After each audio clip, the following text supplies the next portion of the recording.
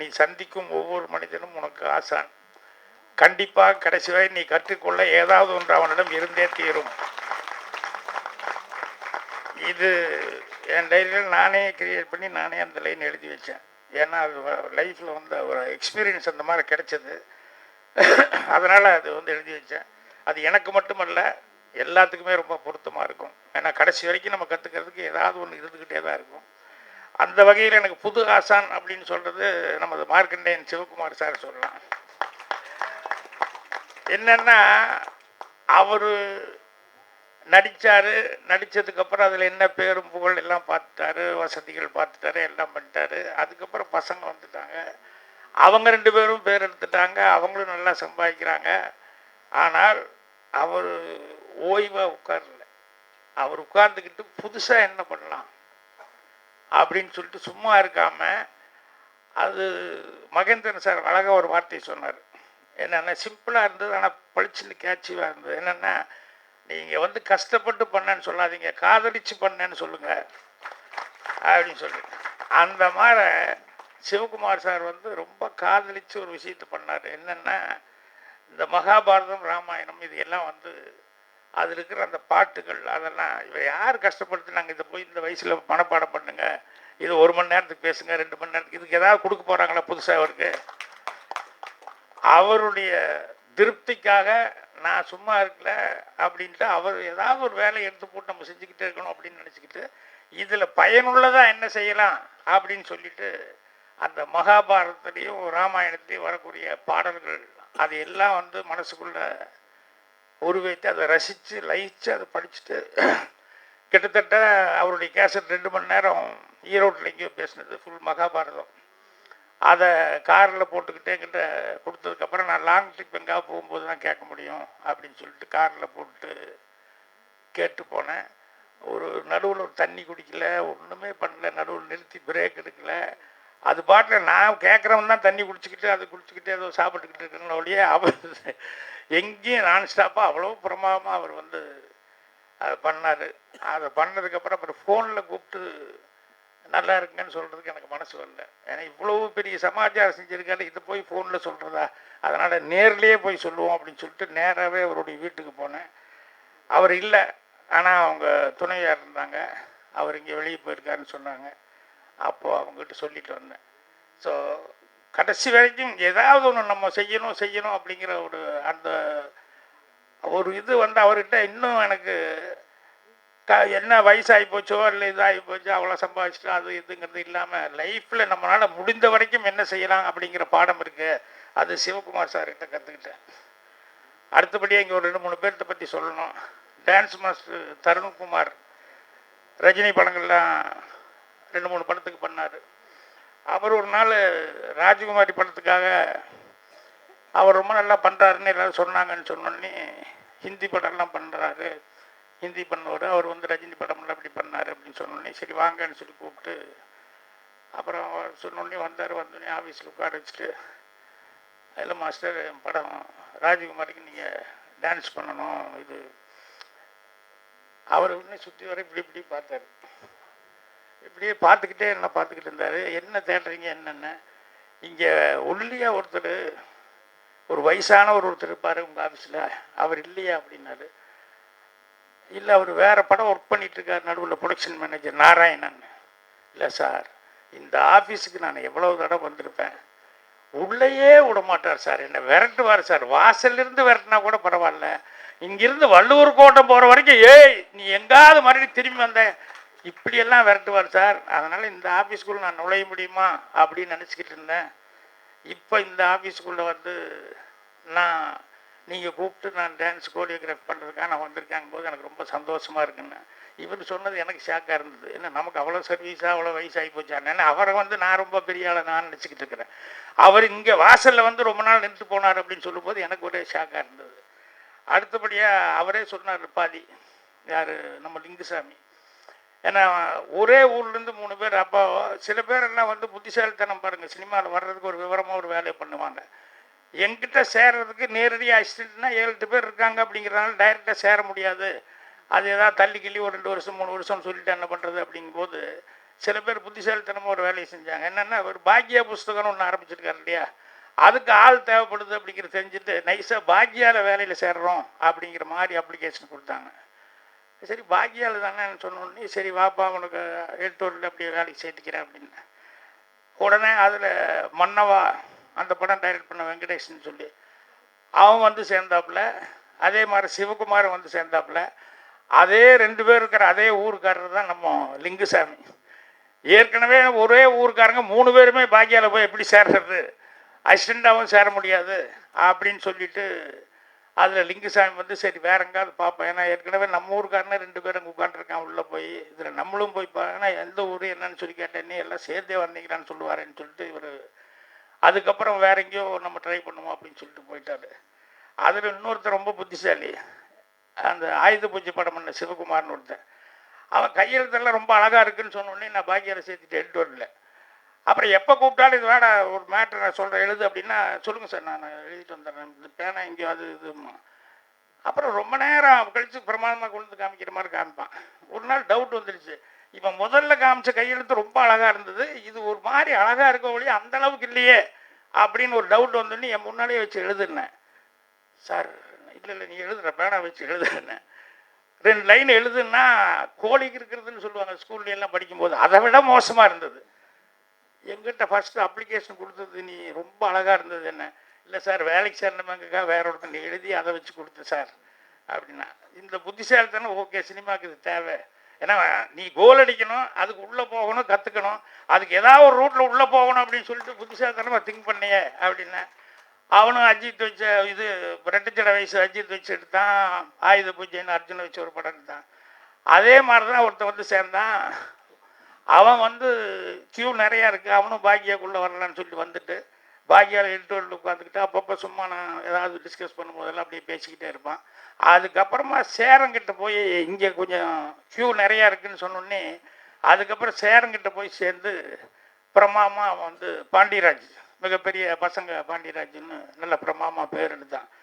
எதுக்கு இந்த 3 பேர்த்த பற்றியெல்லாம் இப்போ சொல்கிறேன் அப்படின்னா, சேர்ந்தா தான் வர முடியும் அப்படிங்கிறது அல்ல, அவங்க லைஃப்பில் ஏதாவது சாதிக்கணுங்கிற லட்சியம் அவங்க மனசில் இருந்ததுனால தான் அவங்க வந்தாங்க. ஸோ நேரடியாக எங்கிட்ட வந்து சேர முடியலையே ஒழிய, நேரடியாக சேரலைன்னா கூட அந்த தாகம் வந்து அவங்களுக்கு விடலை. அதனால் ஏதாவது ஒரு விதத்தில் வந்துடுவோம், பாக்கியால் பூந்து வந்துடலாம், இல்லை இங்கே போய் வந்துடலாம், அங்கே போய் வந்துடலான்னு அவங்க மனசுக்குள்ளே அதை ஒரு வைராக்கியம் வச்சுக்கிட்டே இருந்ததுனால தான் அவங்களால ஈஸியாக சாதிக்க முடிஞ்சது. அதனால் எல்லாருமே வந்து பாப்டா தான் அப்படிங்கிறதில்ல, உங்களுக்குள்ளே ஒரு ஃபயர் இருந்துக்கிட்டே இருக்கணும். அதனால் பாப்டாங்கிறது சார் அழகாக சொன்னாப்புல.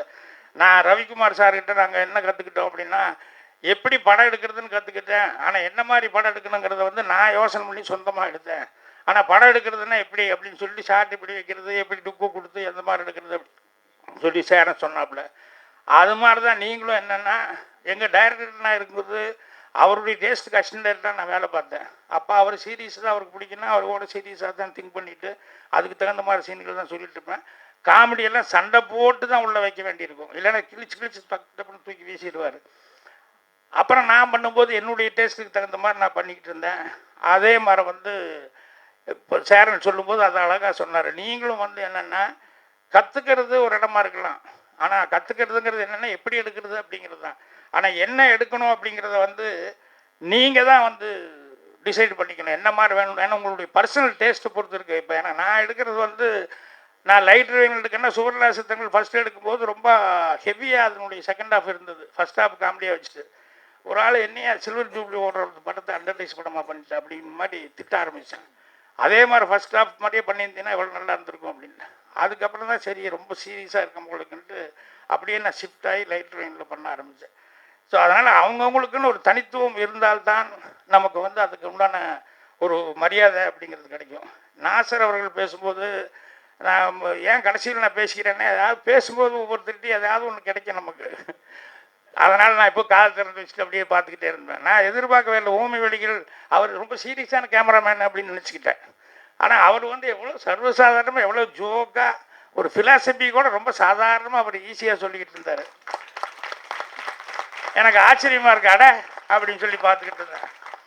அதே மாதிரி நாசர் சொல்லும்போது ஒரு விஷயத்த சொன்னார், என்னென்னா இந்த பேரண்ட்ஸுக்கு உடனே நீங்கள் வந்து அரிக்காதீங்க பாடுறா அப்படின்னு சொல்லிட்டு இவ்வளோ நாள் ஆகிப்போச்சு அவ்வளோ நாள் ஆகிப்போச்சு நாங்கள் அப்போவே சொன்ன கேட்காதீங்க அப்படின்னு. அதில் அடிஷ்னல் பாயிண்ட் இன்னொரு பிரான்ச் நான் சொல்கிறேன் அடுத்தது என்ன செய்வாங்கன்ட்டு. என்னென்னா கொஞ்ச நாள் ட்ரை பண்ணி பார்த்துட்டே இருப்பாங்க, நீ வந்து சரியாக வரலன்னு பண்ணி டேய் எப்படி அது வரல, அந்த வேலை வர்ற வரைக்கும் வேற ஒரு வேலை பார்க்கலாமே அப்படின்னு. என்ன கல்யாணம் பண்ணி வைக்கிறோம் அப்படின்னா, இல்லை நான் எதாவது ஸ்ட்ராங்காக வந்ததுக்கப்புறம் தான் எதாவது பண்ண முடியும், அதுக்குள்ளே கல்யாணம்னா சொல்ல முடியாதா, பொண்டாட்டி ராசின்னு ஒன்று இருக்குது அதில் வந்துடுவிடா நீ. உடனே பொண்டாட்டி ராசியில் வந்துட முடியுமா அப்படின்னு சொல்லிட்டு அந்த சபலம் வந்து இவன் ட்ரை பண்ணி பார்க்க ஒருவேளை அப்படி இருக்குமோ, எதுக்கு பண்ணி பார்த்துருவோமோ அப்படின்னு அந்த ட்ரையலுக்கு வேற ஒரு யோசனை பண்ணுவான். அப்புறம் அதுவும் பண்ணி ஒரு 3 மாதம் 6 மாதம் ஆனதுக்கப்புறம் அப்படியே கொஞ்சம் யோசிச்சுட்டு இருக்கும்போது, இல்லை சார் குழந்தை பாக்கியம் புத்திர பாக்கியம் இருக்கு அதில் தான் சார். ஸோ அது வரைக்கும் யோசிச்சுட்டு இருப்பான். ஏன்னா இதே கஷ்டமாக இருக்குது, ஒய்ஃபை கட்டிட்டு இவகிட்டே ஃபேஸ் பண்ணுறது ரொம்ப சிரமமாக இருக்குது. இதில் புத்திர பாக்கியமெல்லாம் வேணுமா போதைக்கு, அதனால் ஏதாவது ஒன்று அடைஞ்சதுக்கப்புறம் பார்த்துக்கலாமேங்கும் போது இது ஜோசிகாரன் சொன்னான்னு ஆரம்பிப்பாங்க. புத்திர பாக்கியம் சொல்ல முடியாது சார், அது பொண்ணு மட்டும் பிறந்துடுச்சுன்னு அப்படின்லாம் சொல்லும்போது எது ஆனந்தமாக செய்ய வேண்டியதோ அது ஒரு வேலையாக நினச்சி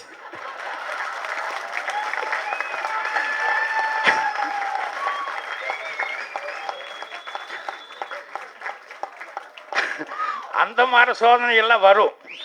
அதனால் பேரண்ட்ஸுகளுக்கும் சேர்த்து சொல்லிக்கிறேன், தயவுசெய்து அவனுக்கு ஒரு கால் கட்டு போட்டால் இல்லை எங்கேயாவது ஒரு பக்கம் ஒரு முடிச்சு விட்டு போட்டு விட்டோம்னா அவன் ஏதாவது ஒரு விதத்தில் சரியாக வந்துடுவான், இல்லைனாலும் இது விட்டு போட்டாவது நைஸாக வந்துடுவான் அப்படின்னு சொல்லிட்டு உங்களை திசை திருப்பதுக்கான வாய்ப்புகள் நிறையா இருக்குது. அதனால் கொஞ்சம் பேரண்ட்ஸுகளும் கொஞ்சம் டைம் கொடுங்க. உடனே அது அந்த சூரலாசி திட்டங்களில் டைலாக் ஒன்று எழுந்தேன்னா கல்லாப்பட்டி சிங்கிறதுக்கு என்ன விளையும் போதே சோறாக விளைஞ்சிட்டா அப்புறம் விறகு எதுக்கு வரட்டி எதுக்கு அப்படின்னு. அதனால் உடனே வந்து எதுவுமே பண்ணிட முடியாது, அதுக்குன்னு ஒரு ஸ்ட்ரகிளிங் அதெல்லாம் பண்ணாலொழியே வந்து வர முடியாது. அப்புறம் நான் வந்து இன்னொன்று எல்லோரும் வந்து என்னென்னா இன்றைக்கி நல்லா சிரிக்கலாம், நீங்கள் சந்தோஷமாக சிரிக்கலாம், இதுக்கப்புறம் உங்களுக்கு சிரிக்கிறதுக்கான ஒரு வாய்ப்பு கிடைக்கிறது எப்போன்னா ஸ்க்ரீனில் உங்கள் பேர் வந்தால் தான் இன்றைக்கி சிரிக்க முடியும் ஆச்சா. அதனால் இது கான்வகேஷன் முடிஞ்சுன்னு பிரமாமாக போகிறோம் அப்படின்னு சொல்லி நினைக்க வேண்டாம். கார்கிலுக்கோ இல்லை காஷ்மீருக்கோ போகிறதா நினச்சிக்கோங்க. எமர்ஜென்சியில் வாங்கடா அப்படின்னு சொல்லி ஜவான்ஸ் கூப்பிடுவாங்களே அந்த மாதிரி தான். இனி நீங்கள் போனால் தான் உங்களுக்கு தெரியும் இதனுடைய கஷ்ட நஷ்டம் எங்கே போய் வேலை பார்க்குறது என்ன அப்படின்னு சொல்லிட்டு. இப்போ மனோபாலா சொல்லிட்டார் நான் 2 பேர்த்து ஈஸியாக சேர்த்திக்கிறேன் அப்படின்னு சொல்லிட்டு. மனோபாலாவே நாளைக்கு ப்ரொடியூசர் யாரும் அதை பொறுத்து தான் சேர்த்த முடியுமோ இல்லையா, அவ்வளோ சீக்கிரம் சேர்த்திட முடியாது. என்னென்னா அவங்க வந்து ஒரு செக் வைப்பாங்க. என்னென்ன இப்போ மனோபாலா வளர்ந்துட்டார் அது வேறு. முன்னாடியெல்லாம் நான் சேரும்போது வந்து ஒரே ஒரு ஆள் தான் இருந்தார், பாலகுருன்னு சொல்லிட்டு எங்கள் டைரக்டருக்கு. இன்னொரு அசிஸ்டண்ட்டை சேர்த்திக்கலான்னா இல்லை பாலகுரு வேண்டாம், ப்ரொடியூசர் ஏதாவது காசு கேட்டான் வர்றவங்க வந்து சும்மா இப்படி வேலை செய்ய வருவான், ப்ரொடியூசர் இன்னொருத்தனா அப்படின்னு சொல்லிட்டாருன்னு என்ன பண்ணுறது, நம்மளே இது பண்ணிக்கிட்டு சார் காப்பி எடுக்கிறது நம்மளே எடுத்துக்குவோம், கண்டினியூட்டி நம்மளே பண்ணிக்குவோம் அப்படின்னு சொல்லிட்டு 1 மாதம் நான் வேலை கேட்குறேன். 1 மாதம் வரைக்கும் எங்கள் டைரக்டர் வேறு ஆளை சேர்த்தவே மாட்டேன்ட்டார். அப்புறம் எப்புக்கு தப்பாக போய் நானே அவரை மீட் பண்ணுற ஒரு சூழ்நிலை வந்ததுக்கப்புறம் சேர்த்துனார். அதனால் சேர்றது கூட வந்து உங்களுக்கு ரொம்ப சிரமங்கள் இருக்குது, டிஃபிகல்ட்டி இருக்குது. அதனால் இனிமேல் தான் நமக்கு ஸ்ட்ரகிளிங்கே இனிமேல் தான் ஸ்டார்ட் ஆகுது அப்படிங்கிறது. இப்போ படித்து முடிச்சுட்டீங்க, போராட்டம்ங்கிறது இனிமேல் தான் ஸ்டார்ட் ஆகும். இதுக்கெல்லாம் நான் ப்ரிப்பேராக இருங்கன்னு சொல்ல வர்றேன். என்னடா அப்படின்னு சொல்லிட்டு அப்புறம் வந்து ஐயோ இவ்வளோ கஷ்டமாக இருக்குது இப்படி எல்லாமா இருக்கும் அப்படின்னெல்லாம் பின்னால் யோசிக்கிறத விட இப்போவே வந்து நீங்கள் அதுக்கெல்லாம் ரெடி ஆகிக்கோங்க. அப்புறம் நானே வந்து நிறைய விஷயங்கள் வந்து இங்கே வந்தோடனே சொன்னேன் தனஞ்சயன்கிட்ட, என்னென்னா சார் எனக்கும் ஆசையாக இருக்குது அப்படின்னு. என்னென்ன இல்லை நான் கிளாஸ் எடுக்கிறது ஓகே, ஆனால் எனக்கு இங்கே இருக்கிறவங்க எல்லாருமே வந்து இவங்க கிளாஸ் எடுக்கும்போது ஒவ்வொரு தடவை நான் உட்காரணும், ஒரு 2 கிளாஸில் ஒரு 3 கிளாஸில் உட்காரணும் அப்படின்னு. என்னென்னா எனக்கு இப்போ லெனின் சாரை பற்றி எல்லாம் சொல்லுவாங்க, என்னோடய அசிஸ்டண்ட்டெல்லாம் கூட வேலை பார்த்துருக்கான், சேகரெல்லாம் அவரை விட்டு வேலை பார்த்துருக்கான், அவரை பற்றி சொல்லிகிட்டு இருப்பான், அவர் எப்படி அவரோட கேரக்டர் என்ன அது என்ன இது என்னன்னு சொல்லுவான். ஆனால் எனக்கு சினிமாவில் வந்து அதுக்கான வாய்ப்பு வரல அவரோட வேலை பார்க்குறதுக்கு. அட்லீஸ்ட் இங்கே வரும்போதாவது கிளாஸில் வந்து உட்காரலாம் அப்படின்னு நினச்சிக்கிட்டு இருந்தேன். ஆனால் எனக்கு இந்த ஒரு வருஷமாக பூரா வந்து அதுக்கான வாய்ப்பே இல்லை. எல்லாம் நான் வந்து கிளாஸ் எடுக்கிறதே போய் சேர்ந்து ஒழிய மற்றவங்ககிட்ட எப்படி வாய்ப்பு அப்படிங்கிறதே எனக்கு தெரியல. ஆனால் இந்த 2வது வருஷம் விட மாட்டேன், எப்படியாவது போய் ஒவ்வொருத்தரும் கிளாஸ் எடுக்கும்போது அது ஃபோட்டோகிராஃபர் கேமராமேன் எல்லாம் இருக்கார் அவங்ககிட்டயெல்லாம் அவசியம் போய் உட்காரணும். என்னென்னா நான் இப்படி வைங்க அப்படி வைங்க அப்படின்னு சொல்லிட்டு இப்படியே தான் சொல்லிட்டு பழக்கமானவன். அப்புறம் அவங்க வந்து ஃப்ரேம் நல்லா இருந்ததுன்னு அவங்க தான் பார்த்து வச்சுக்கணும் ஒழிய, எனக்கு வேறு மாதிரி நான் சினிமா முதல்ல கற்றுக்கிட்டது. எனக்கு எல்லாருமே அசிஸ்டண்ட்டாக இருக்கவங்களா பார்த்து பார்த்து போட்டேன். ஏன்னா காம்ப்ளெக்ஸு. ஏன்னா நான் போய் இளையராஜா கூப்பிட்டேன்னா, நான் பார்த்து அசிஸ்டண்ட் டைரக்டராக இருந்தவன், இவன் திடீர்னு வந்து நம்மளை வந்து மியூசிக் கூப்பிட்றானே அப்படின்னு ஒரு மாதிரியாக பார்த்து என்ன பண்ணுறது அப்படின்னு, வேண்டாம் கங்கை அமரன் வச்சுக்குவோம் அப்படின்னு சொல்லி. அப்புறம் எடிட்டர் யாரான்னு சொல்லி பார்த்தா, உனக்கு என்ன சர்வீஸ் அப்படின்னு சொல்லி பாஸ்கர் சார் கேட்டு என்ன பண்ணுறதுன்னு, அவருடைய அசிஸ்டண்ட்டை வச்சுக்குவோம் அப்படின்னு. புலியூர் சரோஜா போய் கேட்குறதுக்கு, இல்லை dance master Babu, TKS Babu அசிஸ்டண்ட்டாக இருந்தால் அவனை வச்சுக்குவோம். இப்படியே நான் வந்து இந்த காம்ப்ளெக்ஸில் நமக்கு மரியாதை கிடைக்குமா கிடைக்காதாங்கிற ஒரு பயத்திலேயே இவங்களை வச்சு அட்ஜஸ்ட் பண்ணிக்கும், இவங்களை வச்சு அட்ஜஸ்ட் பண்ணிக்கொண்டு இப்படியோ பாஸ் பண்ணி வந்துட்டேன். ஆனால் அதுக்கப்புறம் எனக்கு ரொம்ப ஃபீலிங்காக இருக்குது. அடடா, பெரிய பெரிய கேமராமேன் எல்லாம் இருக்காங்க, இவங்ககிட்டலாம் ஒர்க் பண்ணுறதுக்கு வாய்ப்பே இல்லையே அப்படின்ட்டு. அதுக்கப்புறம் எனக்கு அசோக்குமார் வந்து, அது அந்த ப்ரொடியூசர் சொன்னான், சார் அசோக்குமார் போட்டுக்கலாமா டார்லிங். அப்போ நான் சொன்னேன், எனக்கு பண்ணுவார் அவர் அப்படின்ட்டு. ஏன்னா எனக்கு காம்ப்ளெக்ஸ், நீங்கள் என்ன ஓடி வந்து பண்ணுவார், என்னங்க நீங்கள் என்னென்ன உங்களுக்கு ஒன்றுமே தெரியல உங்களை பற்றி. என்ன இல்லைப்பா, எனக்கு இன்னும் அந்த பயத்திலே இருக்கிறேன் நான் அப்படின்னு. அப்புறம் போய் அசோக்குமார்கிட்ட கேட்டோன்னே, அதுக்கப்புறம் அசோக்குமார் அப்படின்னு சொன்னோடனே செய்கிறேன்னு சொல்லிட்டாரு. அதுக்கப்புறம் ஃபஸ்ட் டைம் நான் உட்காந்து அசோக்குமார் கேமராமேன் அப்படிங்கும்போது எப்படா படம் பண்ணுறதுன்னு யோசனை பண்ணேன். சரி, வில்லேஜ் சப்ஜெக்ட் பண்ணிட்டுருக்கோம், வில்லேஜுக்கு பதிலாக வந்து இப்போ அடுத்தது வந்து வேறு ஏதாவது சிட்டியாக மாடர்னாக பண்ணுவோம் அப்படின்னு சொல்லி டைட்டில் வந்து டார்லிங்னு கொடுத்துட்டேன். ஒரு லவ் ஸ்டோரி பண்ணிக்கலாம் அப்படின்னு சொல்லிட்டு. அதுக்கப்புறம் உட்காந்து கதை பண்ணும்போது அசோக்குமார் ஃபோட்டோகிராஃபி, ஹில் ஸ்டேஷன் இருந்தால் தான் ஃபோட்டோகிராஃபிக்கு நல்லாயிருக்கும். நம்ம பாட்டில் கொண்டு போய் எங்கேயோ ஒரு இடத்துல கொண்டு போய் ஒரு காரமாக விட்டோம்னா அது சரியாக இருக்குமா? எனக்கு ஒன்றும் என்னோட இதுக்கு ஒன்றுமே இல்லைன்னு சொல்லிட்டு என்ன பண்ணுறது, அதனால் ஹில் ஸ்டேஷன் பிக் பண்ணுவோம். So love story, hill station, darling Ashokkumar இப்படின்ட்டு ஒரு வாரம் காஞ்சி ஹோட்டலுக்கு வாட்டி இதையே பேசிட்டு இருக்கிறேன். என்ன சொல்லுங்கப்பா, அதான் sir Ashokkumar, darling love story different. இப்படி ஒரு வாரமாக டிஃப்ரெண்ட் இப்படியே யோசிச்சுக்கிட்டு இருந்து, அப்புறம் மெல்ல ஒரு கேரக்டர் வந்து ஹீரோ என்ன பண்ணலாம்ப்பா, அதை முதல்ல பிடிப்போம், அந்த ஊரில் இருக்கிறவங்க என்ன சாதாரணமாக லேமேன் மாதிரி என்ன பிடிப்போம்னு சொல்லிட்டு அதுக்கப்புறம் அதை பிடிச்சி, அதுக்கப்புறம் ஹீரோயின் எப்படி வரலான்னு சொல்லி பிடிச்சி, கேமராமேனுக்காக அப்படின்னு சொல்லி திங்க் பண்ணி ஒர்க் பண்ண படம் தான் அந்த டார்லிங். அந்த மாதிரி சர்க்கம்ஸ்டன்ஸ் வந்து நமக்கு நிறையா ஒவ்வொரு விதமாக வரும். அந்த போராட்டத்துக்கு எல்லாம் ரெடியாக இருக்குது. அதை ஏன் இப்போ வந்து எல்லா கிளாஸ்லேயும் உட்காந்து நான் கொஞ்சம் கற்றுக்கணும்னு நினைக்கிறேன் அப்படிங்கும்போது, நிறையா விஷயங்கள் நான் வந்து தெரியாமையே சினிமாவில் பாஸ் பண்ணி வந்துட்டேன். ஒன்றும் இல்லை, இது சேரம் வந்து ஒர்க் ஷாப் எடுக்கிறாரு அப்படின்னாங்க. இல்லையா, நான் ஒர்க் ஷாப்பே எடுக்கலையே, இங்கே டெய்லி இவங்க அவர் எடுத்தார் இவர் எடுத்தாருங்கிறாங்க. நான் வந்து கிளாஸ் மட்டுமே எடுத்துருக்கேன், நான் ஒர்க் ஷாப்பே எடுக்கலையே. இது என்ன ஒருத்தர் ஒர்க் ஷாப்புக்கு போகலான்னு ஒரு தடவை கூப்பிட்டு போனாங்க. அது என்னென்னா ஆன்மீக ஒர்க் ஷாப்பா, அவர் போனோன்னு பக்தி அப்படின்னு சொல்லிட்டு காட் லார்ட் அப்படின்னு நல்லா ஆரம்பித்தார். இதுக்கு எதுக்குடா ஒர்க் ஷாப்புன்னு நான் வந்து என்னமோ நினச்சிட்டு வந்து இங்கே வந்து இதை சொல்லிட்டு இருக்காரு அப்படின்னு. அப்புறம் அந்த மாதிரி ஆளுகிட்ட போகும்போது சில நேரங்களில் சில கேள்விகள் கேட்டுருவேன். சாமி, ஏதோ ஒரு தப்பு நடந்துருச்சு, கஷ்டப்படுறோம் இல்லை சந்தோஷப்படுறோம் அப்படின்னா, இது பூர்வ ஜென்ம பலன்னு சொல்கிறீங்களே, அப்படின்னா ஒருத்தர் முதல் ஜென்மத்தில் சந்தோஷமாக இருக்கிறது கஷ்டப்படுறதுக்கு யாருங்க காரணம் அப்படின்னு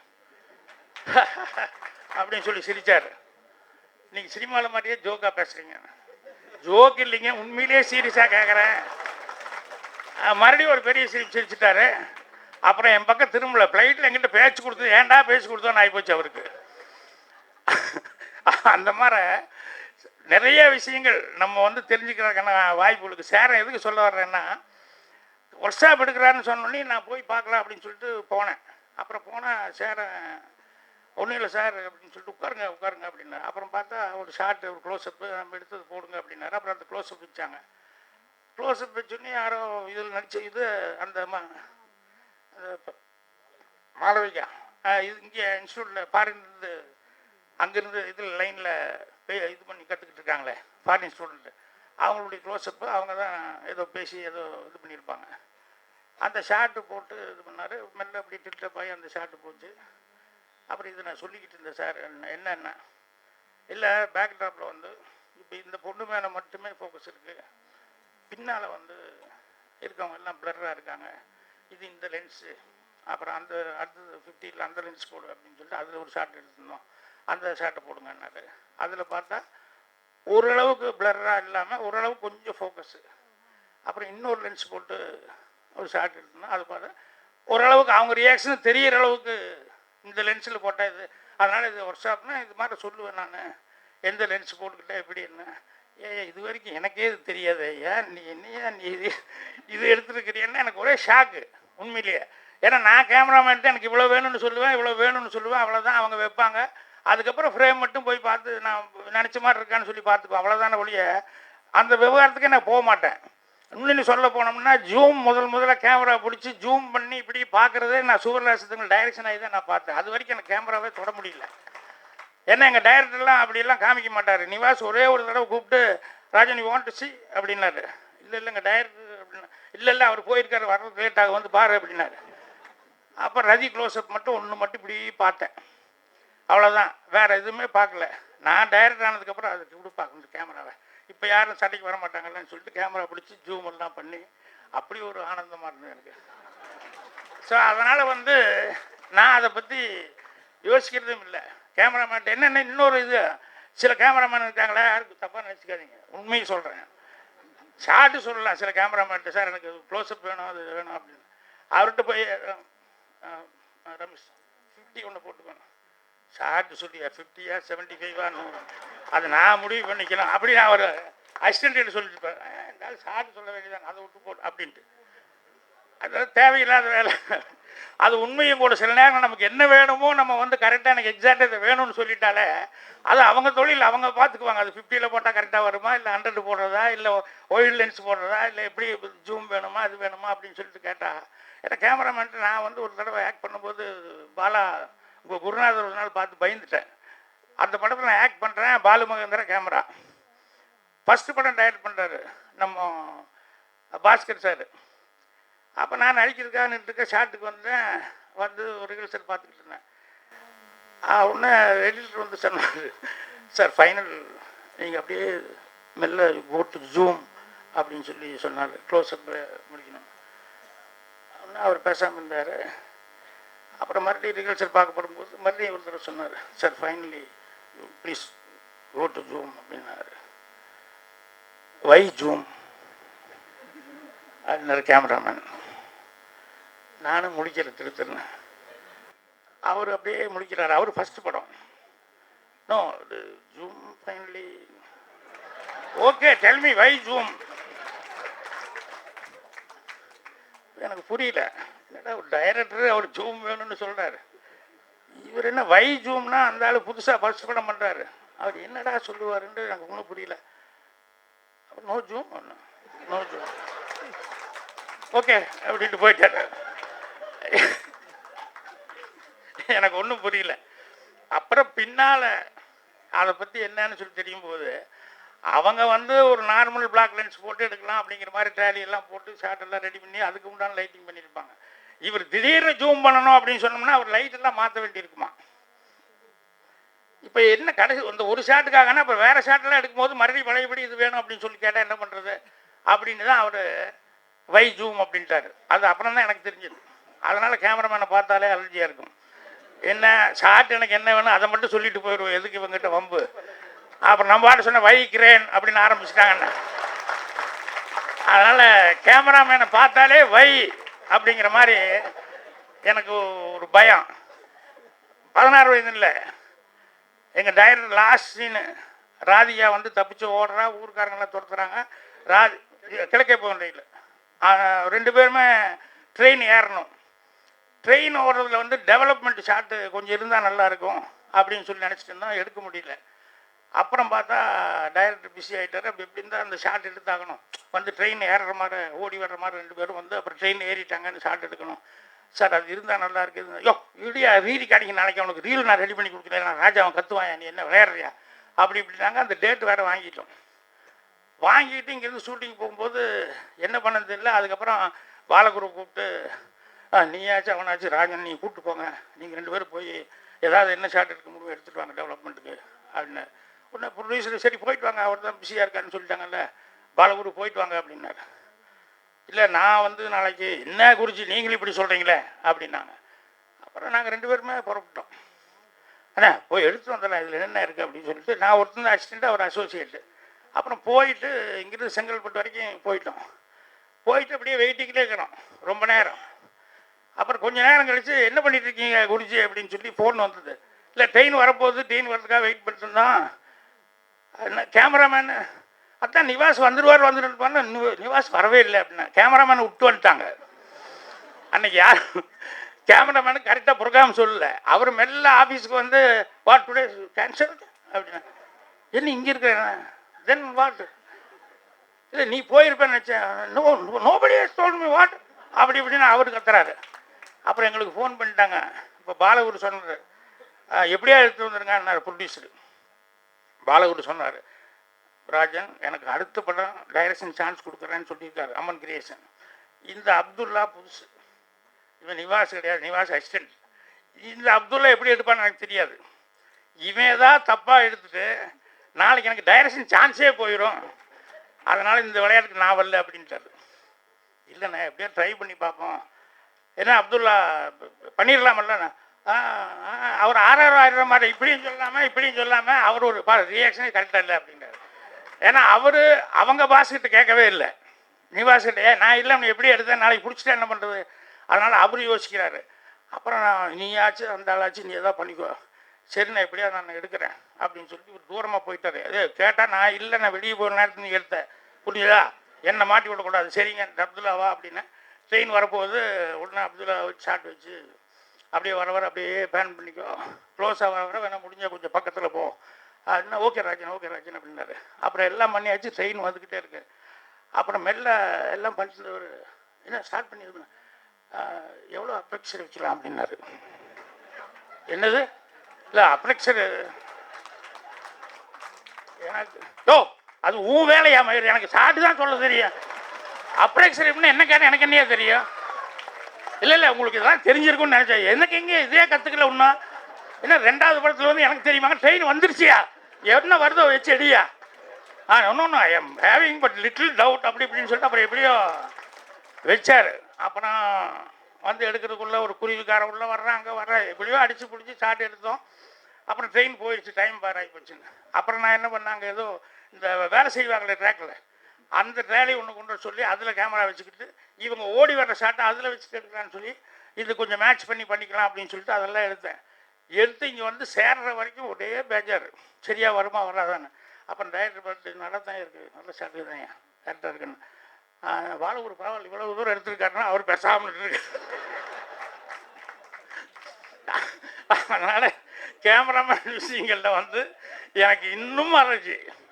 எந்த கேமராமேனை கூப்பிட்டாலும் அதுதான் சேரன் சொல்லும்போது இதெல்லாம் நானே கற்றுக்கலையே, எதில் ஃபோக்கஸ் வரும் எதில் ஃபோக்கஸ் வராது என்னென்னு. ஷார்ட் வேணும் இதுதான் வேணும்னு சொன்னோம்னா அவங்க எடுக்க போகிறாங்க அவ்வளோதானே. கதை வந்து சொல்லுவோம், கதை சொல்லும்போது இந்த பேக்ட்ராப் தானே இருக்குது அந்த பேக்ட்ராப்னு சொல்லி டிஸ்கஸ் பண்ண போகிறோம் அவ்வளோதானே. இதெல்லாம் வேறு இவ்வளோ டீட்டெயில் சொல்கிறதுனா அவனுக்கு வயசே ஆகி போகுமே, அவன் எப்படா இங்கே பாப்டாவில் படித்து முன்னுக்கு பெறது அப்படின்னு சொல்லிட்டு அதுக்கப்புறம் தான் நினச்சேன் இல்லை நம்மளும் போய் இனிமேல் வந்து இந்த கிளாஸில் அவசியம் இந்த வருஷமாக போய் உட்காந்துக்கணும். அதனால் இந்த கேமராமேன்லாம் என்ன சொல்லிக் கொடுக்குறாங்க, எடிட்டர் என்ன சொல்லிக் கொடுக்குறாரு, இதெல்லாம் தெரிஞ்சுக்கிட்டா நல்லது அப்படின்னு சொல்லி சொன்னேன். அதனால் எல்லாம் கற்றுக்கிட்டு தான் வரணுங்கிறது இல்லை சினிமாவுக்கு. என்ன மாதிரி இருந்தாலும் வந்துடலாம். உங்களுக்கு ஒரு நம்பிக்கைக்காக தன்னம்பிக்கைக்காக சொன்னேன். ஒரு தைரியம் இருந்தது அப்படின்னு சொல்லி சொன்னோம்னா நம்ம தாராளமாக வரலாம். இல்லைன்னா பாலகிருஷ்ணன் சார் இருந்தார், ஸ்ரீதர் சார் இருந்தார், எங்கள் டைரக்டர் பாரதிராஜ் சார் இருந்தார், கோபாலகிருஷ்ணன் சார் இருந்தார். இதெல்லாம் பார்த்து நம்ம பயந்து இருந்தேன். மகேந்திர சார் எல்லாமே இப்போ படம் பண்ணிட்டுருக்காங்கல்ல விஷயா, பார்த்து பயந்து இருந்தால் நான் வர முடியுமா. பெரியோரை வியத்தல் இளமே, சிறியோரை இகழ்தல் அதனினும் இளமே அப்படிங்கிறது சொல்லியிருக்காங்க. அது மாதிரி வந்து நம்மளால் முடியும் அப்படின்னு நம்ம நினச்சோம்னா நமக்கும் ஒரு ரூட்டு கிடைக்கணும். எத்தனை பேர் 7 சுரத்தை வச்சுக்கிட்டு எத்தனை பேர் மியூசிக் டைரக்டர் மாறி வந்துக்கிட்டே இருக்காங்க, நம்ம கேட்டுக்கிட்டே இருக்கிறோமில்ல. இல்லை வருதல் டியூன்னு எம்எஸ் விஸ்வநாதன் வராதுதான், அப்புறம் இளையராஜாவுக்கு வந்ததில்ல, அப்புறம் பாய் ராகமான் அவர் பூந்தார், அவருக்கு என்ன இதெல்லாம் வருது அப்படின்னு சொல்லிட்டு எல்லோரும் யோசிச்சுட்டு இருக்கிறோம். அப்புறம் பார்த்தா இன்னொருத்தர். அதனால் சினிமாவில் வந்து நமக்கு கதவுகள் உண்டு. அதனால் நீங்கள் யாருமே இவங்க இருக்கிறாங்க அவங்க இருக்கான பயமே வேண்டாம், தைரியமாக துணிஞ்சு அடித்தா எதை வேணாலும் செய்யலாம். உங்கள் எல்லாத்துக்கும் என்னுடைய வாழ்த்துக்கள். கார்கில் காஷ்மீர் மறந்துடாதீங்க. பாக்யராஜ் சார் தான் எனக்கு வந்து சினிமாவுக்கு வர்றதுக்கு காரணம். இது அவர் இல்லாத பல மேடைகளில் சொல்லியிருக்கேன், அவர் இருக்கிற மேடையில் சொல்கிறது நான் வந்து சந்தோஷமாக சொல்கிறத. சேர வந்தது அவர்கிட்ட தான். ஆனால் வந்து என்னென்னா அவருடைய அசிஸ்டன்ஸ் எல்லாரையும் எனக்கு தெரியும். ஆனால் அவரை பார்க்கும்போது மட்டும் யார் பின்னாடியே அப்படியே மறைஞ்சிக்குவேன். அவ்வளோ பயம் அந்த நேரத்தில். இந்த இன்னைக்கு டீச்சர்ஸ் டே அன்னைக்கு எல்லாரையும் ஒரு ஸ்டூடெண்ட் மனநிலைக்கு ஆக்கிட்டீங்க. சந்தோஷமாக இருக்குது இது உங்கள் முன்னாடி நிற்கிறது. ஒரு பழமொழி இருக்குது, வால் சண்டையை கற்றுக் கொடுக்க முடியும், வீரத்தை கற்றுக் கொடுக்க முடியாது.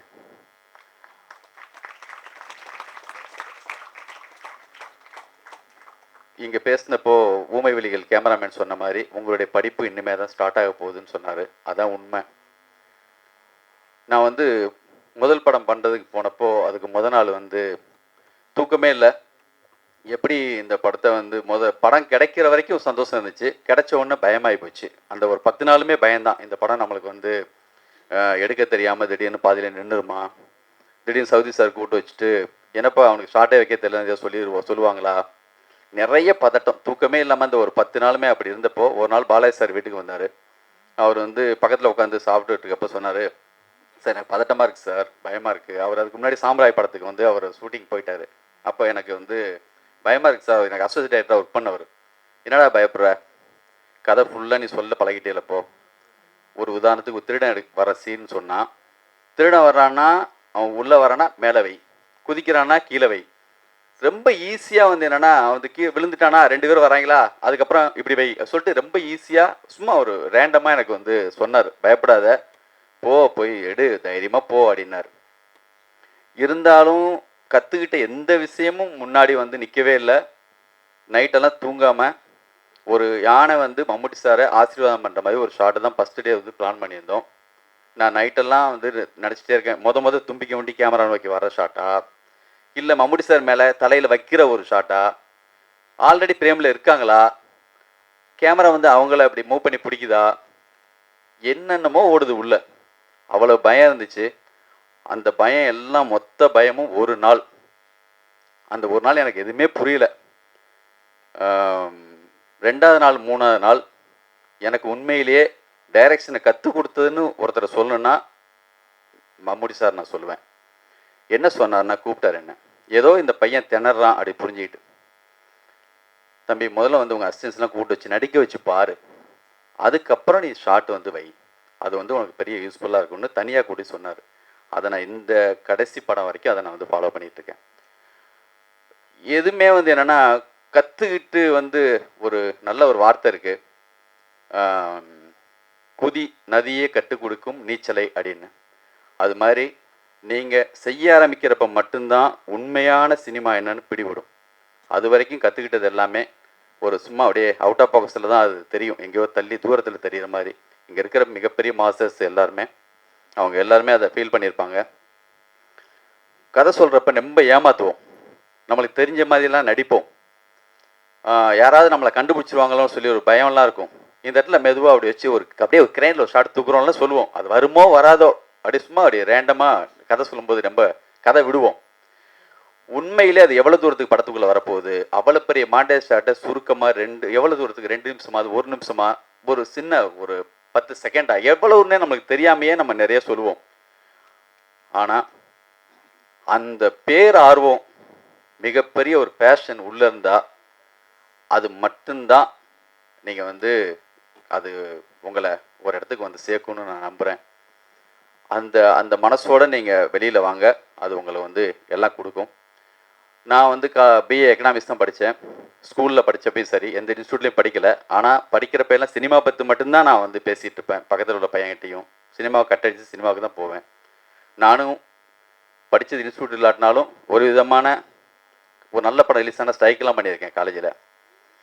அதனால் உங்களுக்கு கொடுத்து வச்சுருக்கு இந்த மாதிரி ஒரு ஸ்கூலில் வந்து படிக்கிறதுக்கு, இவ்வளோ பெரிய மாஸ்டர்ஸ் வந்து கிளாஸ் எடுக்கிற ஒரு இடத்துல இருக்கிறதுக்கு. எனக்கு வந்து இன்ஸ்டியூட் படித்த நர்ராஜ் சார்னு ஒருத்தர், அவர் தான் வந்து எனக்கு வந்து சேரன் சாருக்கு தெரியும், அவர் வந்து எனக்கு அசோசியேட் டேரக்டராக இருந்தார். அவர் அக்ரோகுசாவிலேருந்து ஆரம்பித்து பாலாஜி சக்திவேலும் இன்ஸ்டியூட் படிக்காட்டினாலும் அங்கே படிக்கிற ஃப்ரெண்ட்ஸ் அவங்களுக்கு எல்லாமே ஃப்ரெண்ட்ஸ் அவருக்கு.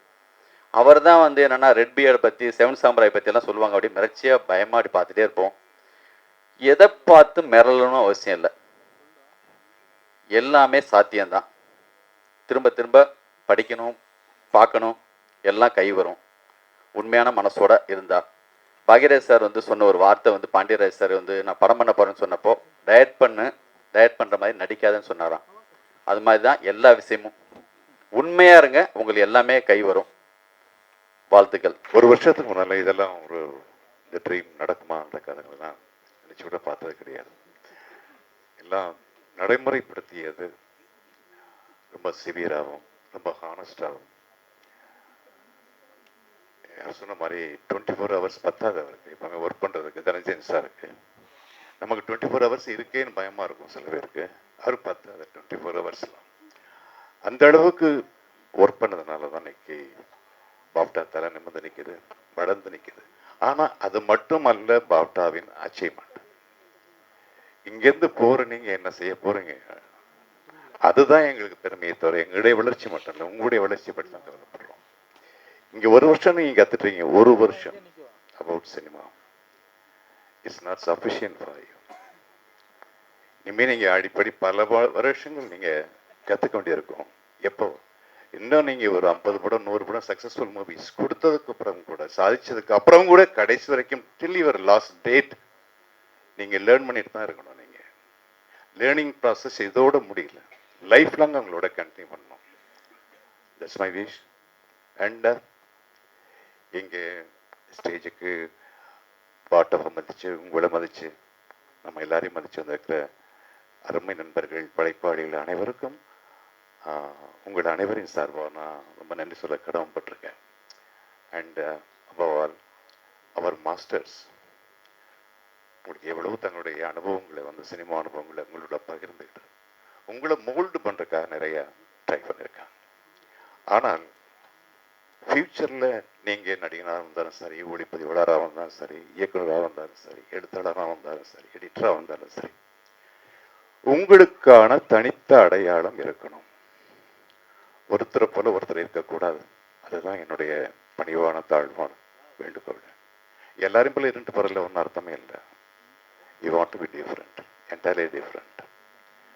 And there is no grammar for cinema, there is no grammar for anything. But அது ஒரு நேர்மை இருக்கு, அழகு இருக்கு. நீங்க சினிமாவில் உண்மையிலேயே பல சாதனைகளை நீங்க செய்யணும் அப்படின்னா, சாதிக்கணும்னா, சினிமாவை நேசிக்கிறதை விட உங்க வாழ்க்கையை நீங்க நேசிக்கணும். உங்களை சுத்தி உள்ள மக்களை நீங்க நேசிக்கணும். நீங்க பிறந்த மண்ணையும் உங்க மண் சார்ந்த மக்களையும் நீங்க நேசிக்கணும். அப்பதான் அதி உன்னதமான சினிமாக்களையும் உங்களால நல்ல காதலோட நீங்க வந்து படைக்க முடியும், உருவாக்க முடியும், நல்ல கலைஞர்களாக வர முடியும். இது ஒன்றுமே உங்களுக்கு வந்து ரெட் கார்பெட் பட்டு கார்பெட் போட்டு உங்களை வந்து யாரும் உங்களை அடிச்சுட்டு போக முடியாது. இப்போ நீங்கள் வெளியே போகிறீங்க, ஹார்ட் டைம்ஸ்னு சொல்லாதீங்க, கஷ்டப்பட போகிறோம்லாம் சொல்லாதீங்க. எல்லாரும் பயமுறுத்தலாம். There are struggles, there will be struggles, obstacles. யாருக்கு தான் இல்லை, வளர்த்துல எல்லாருக்கும் அப்டக்கிள்ஸ் வரும், சோதனைகள் வரும். அதெல்லாம் காதலாக கன்வெர்ட் பண்ணிக்கோங்க. கஷ்டப்பட்டு உழைச்சேன்னு சொல்லாதீங்க, காதலிச்சே உழைச்சேன்னு சொல்லுங்க. ஸோ சினிமா எஸ்பெஷலி படைப்பு தொழிலை பொறுத்த வரைக்கும் you should love it. So அதுக்காரங்க எவ்வளவு மெனக்கிறீங்களோ அதை காதலிக்கும் போது அது மெனக்கிறதெல்லாம் கஷ்டமா தெரியாது. லவ் எனக்காச்சும் கஷ்டமா தெரிஞ்சிருக்கா உங்களுக்கு? அது அந்த லவ் சொல்றேன், அந்த டூ இட் படம் லவ். ஸோ உங்களுக்கு தெரியும், நம்ம எவ்வளவோ பேசியிருக்கோம். டைரக்ஷன் கிளாஸை பொறுத்த வரைக்கும் சொல்லுவோம், இதெல்லாம் தமிழ் சினிமாவில் செய்யக்கூடாது. இனிமேல் இதெல்லாம் மாற்றங்கள் வேணும். மாற்றங்கள் தான் மாற்றங்கள், மாற்றங்கள், மாற்றங்கள். இன்னைக்கு உள்ள நீங்க எதை மறந்துடுங்க. சொல்லிக் கொடுத்த கிராமரை மறந்து, கிராமர் யாருமே சொல்லிக் கொடுக்கலாம் உங்களுக்கு. அது வழிகாட்டி இருக்கும் போராடங்கள். அதே சமயம் ஸ்டூடெண்ட்ஸுக்கும் சரி, ஸ்டூடெண்ட்ஸுடைய பேரண்ட்ஸுக்கு வந்து நான் ரொம்ப தேங்க்ஸ் சொல்ல கடமைப்பட்டிருக்கேன். ஸ்டூடெண்ட்ஸுக்கு இன்னொரு ஒரு எண்ணத்தை மனசுல ஆழமா நீங்க பதிய வைக்கணும்.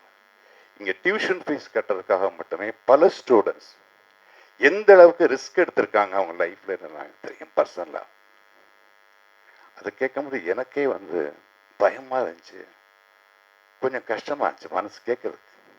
இப்படிலாம் நீ கஷ்டப்பட்டா நீ படிச்சு நீ சினிமாவில் என்ட்ரி கொடுக்கணும்,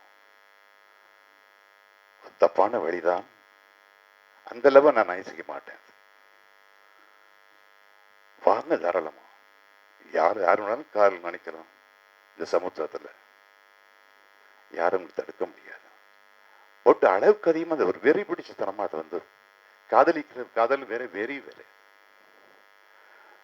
ஸோ அப்படிப்பட்ட மாணவர்கள் கூட மனசுல வந்து பதிய வைக்க வேண்டிய விஷயம், இவ்வளவெல்லாம் ரிஸ்க் எடுத்து உங்களை படிக்க வைக்கிற பேரண்ட்ஸுக்கு என்னைக்காவது நீங்க மறக்காதீங்க, எந்த காலத்திலையும் மறக்காதீங்க.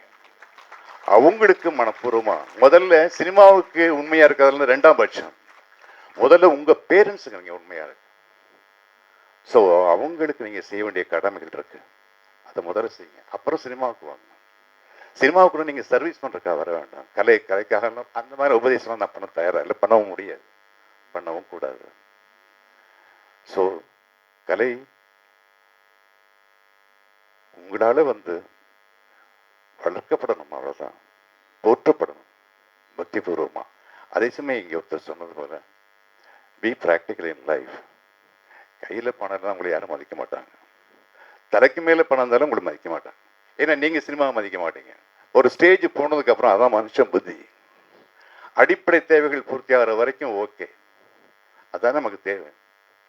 அதுக்கப்புறம் சினிமாவில் கொஞ்சம் சக்ஸஸ், கொஞ்சம் பணம் அப்படின்னு வந்த உடனே நம்முடைய வாழ்க்கை கொஞ்சம் லக்ஸரி நோக்கி மேலே போகும். அது தேவையில்லாத ஒரு வாழ்க்கை.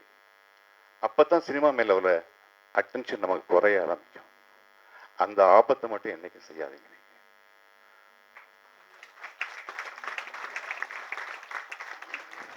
லக்ஸரிஸ் லைஃப் உங்களால சினிமாவுக்கு என்ன லாபம் கிடைக்கும் தான் பார்க்கணுமே தவிர, சினிமாவால உங்களுடைய வாழ்க்கை எப்படி வளமாகும் அப்படின்னு மட்டும் நினைக்காதீங்க. Please, all the best. And above all, உங்க எல்லாரும் உங்களுடைய ஹெல்த் முதல்ல பார்த்துக்குங்க. ஹெல்த் நல்லா இருந்தால் ஹெல்த்தி மைண்ட், பாடி தான் ஹெல்த்தி மைண்ட் இருக்கும்.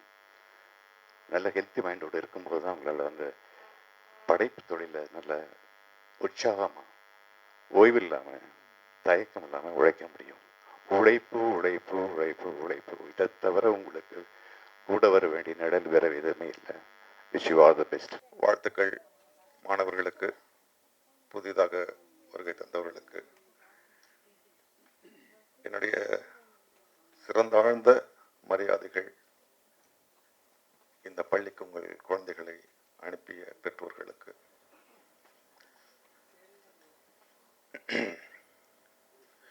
இதுவரை தனஞ்சயன் அவர்களை பற்றி பேசியதும், போப்டாவை பற்றி பேசியதும், இனிமேல் பேசப்படுபவை பற்றியும் நான் அப்படியே வழிமொழிகிறேன். எதுவுமே மிகைப்படுத்தப்பட்டதல்ல. நேரங்கருதி நான் என் வார்த்தைகளை அடக்கி பேசுகிறேன்.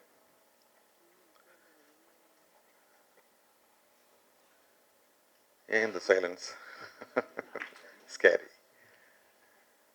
உண்மையில் சொல்ல போனால்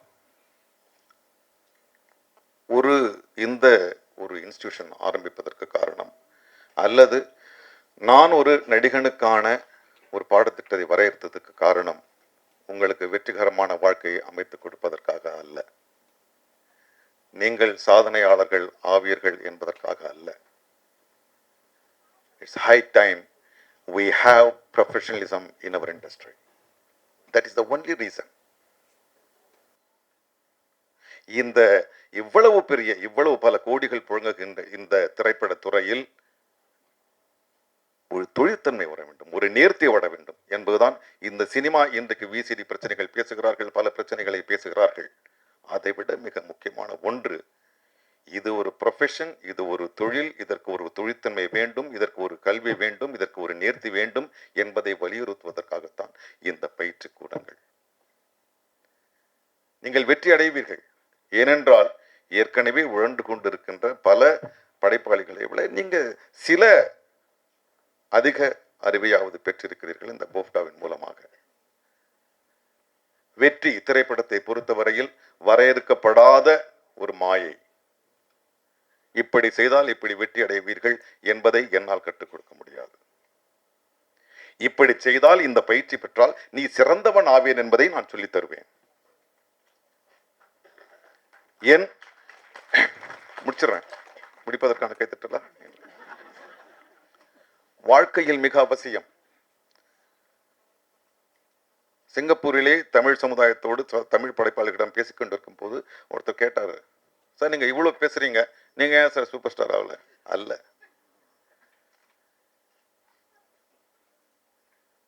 what you want to be the best or to be the number one? இலக்கை நீங்கள் தான் வரையறுத்துக் கொள்ள வேண்டும். நம்பர் ஒன் ஆவதற்கான ஃபார்முலா என்னிடம் இல்லை, ஆனால் த பெஸ்ட் ஆவதற்கான ஃபார்முலாக்கள் என்னிடம் இருக்கின்றன. இன்றைக்கு என்னுடைய குரல் வளம், இந்த வளம், அந்த வளம், இப்படி நடிக்கிறீர்கள், எல்லாம் ஒவ்வொரு சொல்லும்.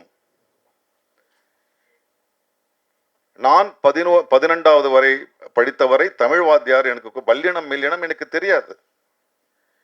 கே நடராஜ் பிலிம் சாம்பர் நடத்திய நடிப்பு பள்ளியிலே அவர் சொல்லித் தருகிறார், இந்த நாக்கின் நுனி அன்னத்தை நுனி நாக்கை மேலெண்ணத்தோடு வைத்து நா என்று சொன்னால் வல்லினம், நுனி நாக்கோடு சொன்னால் மெல்லினம். அவர் கற்றுக் கொடுத்தது.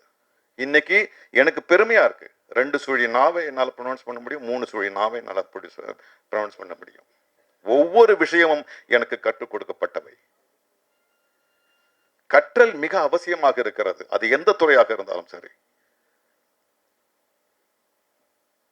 மாணவர்களே, நீங்கள் இந்த இந்த இந்த முதலில் ஒரு உணர்விற்காக நான் நன்றி சொல்ல வேண்டும். என்னுடைய மகன் சைவம் என்ற படத்திலே நடித்தான். அந்த படத்தின் முதற் பிரதியை பார்க்கும்போது அது ஒரு உணர்வில் மிதந்தேன். அதுவரை அந்த உணர்வில் நான் மிதக்கவில்லை. இன்று இந்த புதிய மாணவர்கள் தமிழ்த்தாய் வாழ்த்தோடு ஆரம்பித்த பொழுது ஐயோ ஒழுங்கா பாடணுமே என்கின்ற பயம். இதுவரை டீச்சர்ஸ் டே கொண்டாடி இருக்கேன், ஆனால் டீச்சர்ஸ் டேவுக்கான பயம் எனக்கு இப்பொழுது தெரிகிறது. ஒரு பதட்டம் எனக்கு கொடுத்திருக்கிறது, இது ஒரு புதிய உணர்வை கொடுத்திருக்கிறது இந்த போப்டா. அதற்காக நன்றி.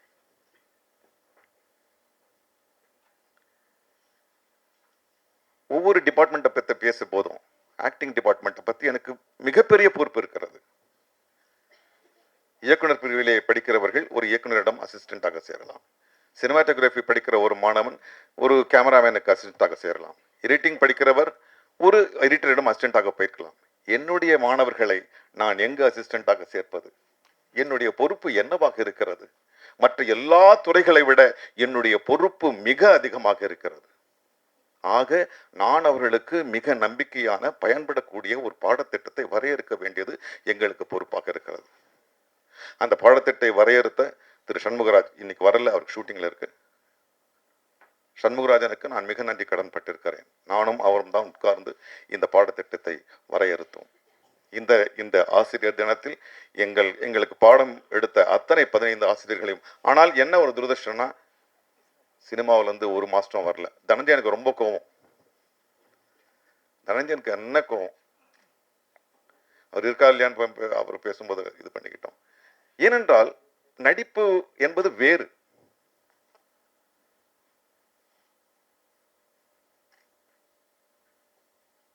ஆக இந்த அமைதிக்கான அர்த்தம் எனக்கு புரிகிறது. ஓகே, முதலில் குழந்தைகளே, இது மற்ற வேலைகளைப் போலல்ல, இது கனவில் மிதக்கக்கூடிய ஒன்று. முதலில் உங்கள் வாழ்க்கை எப்படி இருக்க வேண்டும் என்று தீர்மானித்துக் கொள்ளுங்கள். உங்கள் வாழ்க்கை எப்படி இருக்க வேண்டும் என்று தீர்மானித்துக் கொள்ளுங்கள். அதை காம்ப்ளிமெண்ட் பண்ணுகின்ற விஷயமாக இது இருக்க வேண்டும். நடிகன் என்பது என்னுடைய அடையாளம் இல்லை, என்னுடைய தொழில். அது நான் எடுத்துக்கொண்டது, நான் மற்றவர்களை குறை கூறவில்லை. நான் வாழ நினைக்கிற ஒரு வாழ்க்கைக்கு காம்ப்ளிமெண்ட் பண்ணுகின்ற ஒரு விஷயம் நடிப்பு என்கின்ற ஒரு தொழில். நான் கற்றுத் தெரிந்த பல விஷயங்களை இன்னும் நான் பிரயோகப்படுத்தவில்லை. நடிகர் திலகம் சிவாஜி கணேசன் அவர்களுடைய உந்துதலினால் நடிகன் ஆகலாம் என்கின்ற ஒரு நம்பிக்கை வந்தது.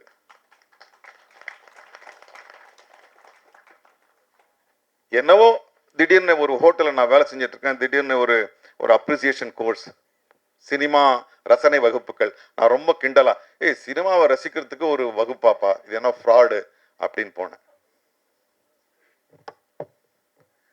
அதுதான் என்னுடைய வாழ்க்கையை மாற்றியது. Film appreciation course, Aranthai Maniyan சாருக்கு அது ஞாபகம் இருக்குன்னு நினைக்கிறேன். முதலில் ஒரு படம் பார்க்கிறேன், ஜப்பானிய படம் போடுகிறார்கள், வேற என்னவோ படம் போடுகிறார்கள். ஏறக்குறைய புரிகிற ஒரு மொழி மலையாள படம் ஒன்று போட்டாங்க. மலையாள படம் ஒன்று போட்டாங்க. அது டைட்டில், ஆக்டர் பேர் எதுவுமே தெரியல.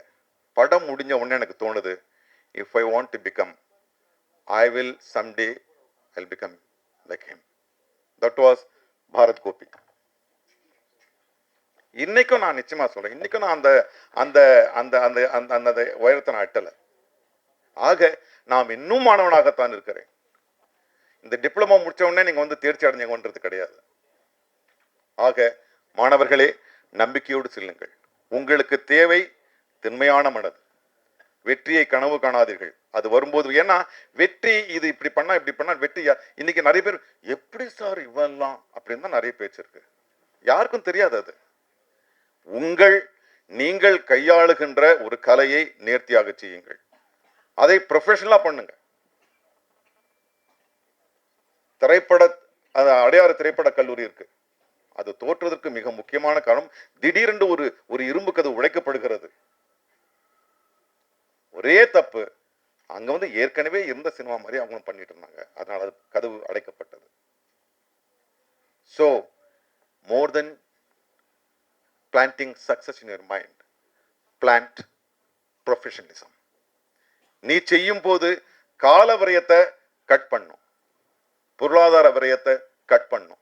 இதுதான் அடிப்படையில் ஒரு படிச்ச ஒரு படைப்பாளிக்கு இருக்கணும். நினைச்சதெல்லாம் எடுக்க முடிச்சிடறேன். நினைச்சதெல்லாம் எடுக்கிறதும் நினைச்சதெல்லாம் எடுத்து ட்ரையல் அண்ட் எரர் மெத்தட்ல நீங்க போனீங்கன்னா you need not give the compliment to போஃப்டா. If you want to try, ஏதாவது ஒரு விஷயத்தை நீங்க எக்ஸ்பெரிமெண்ட் பண்ணலாம்.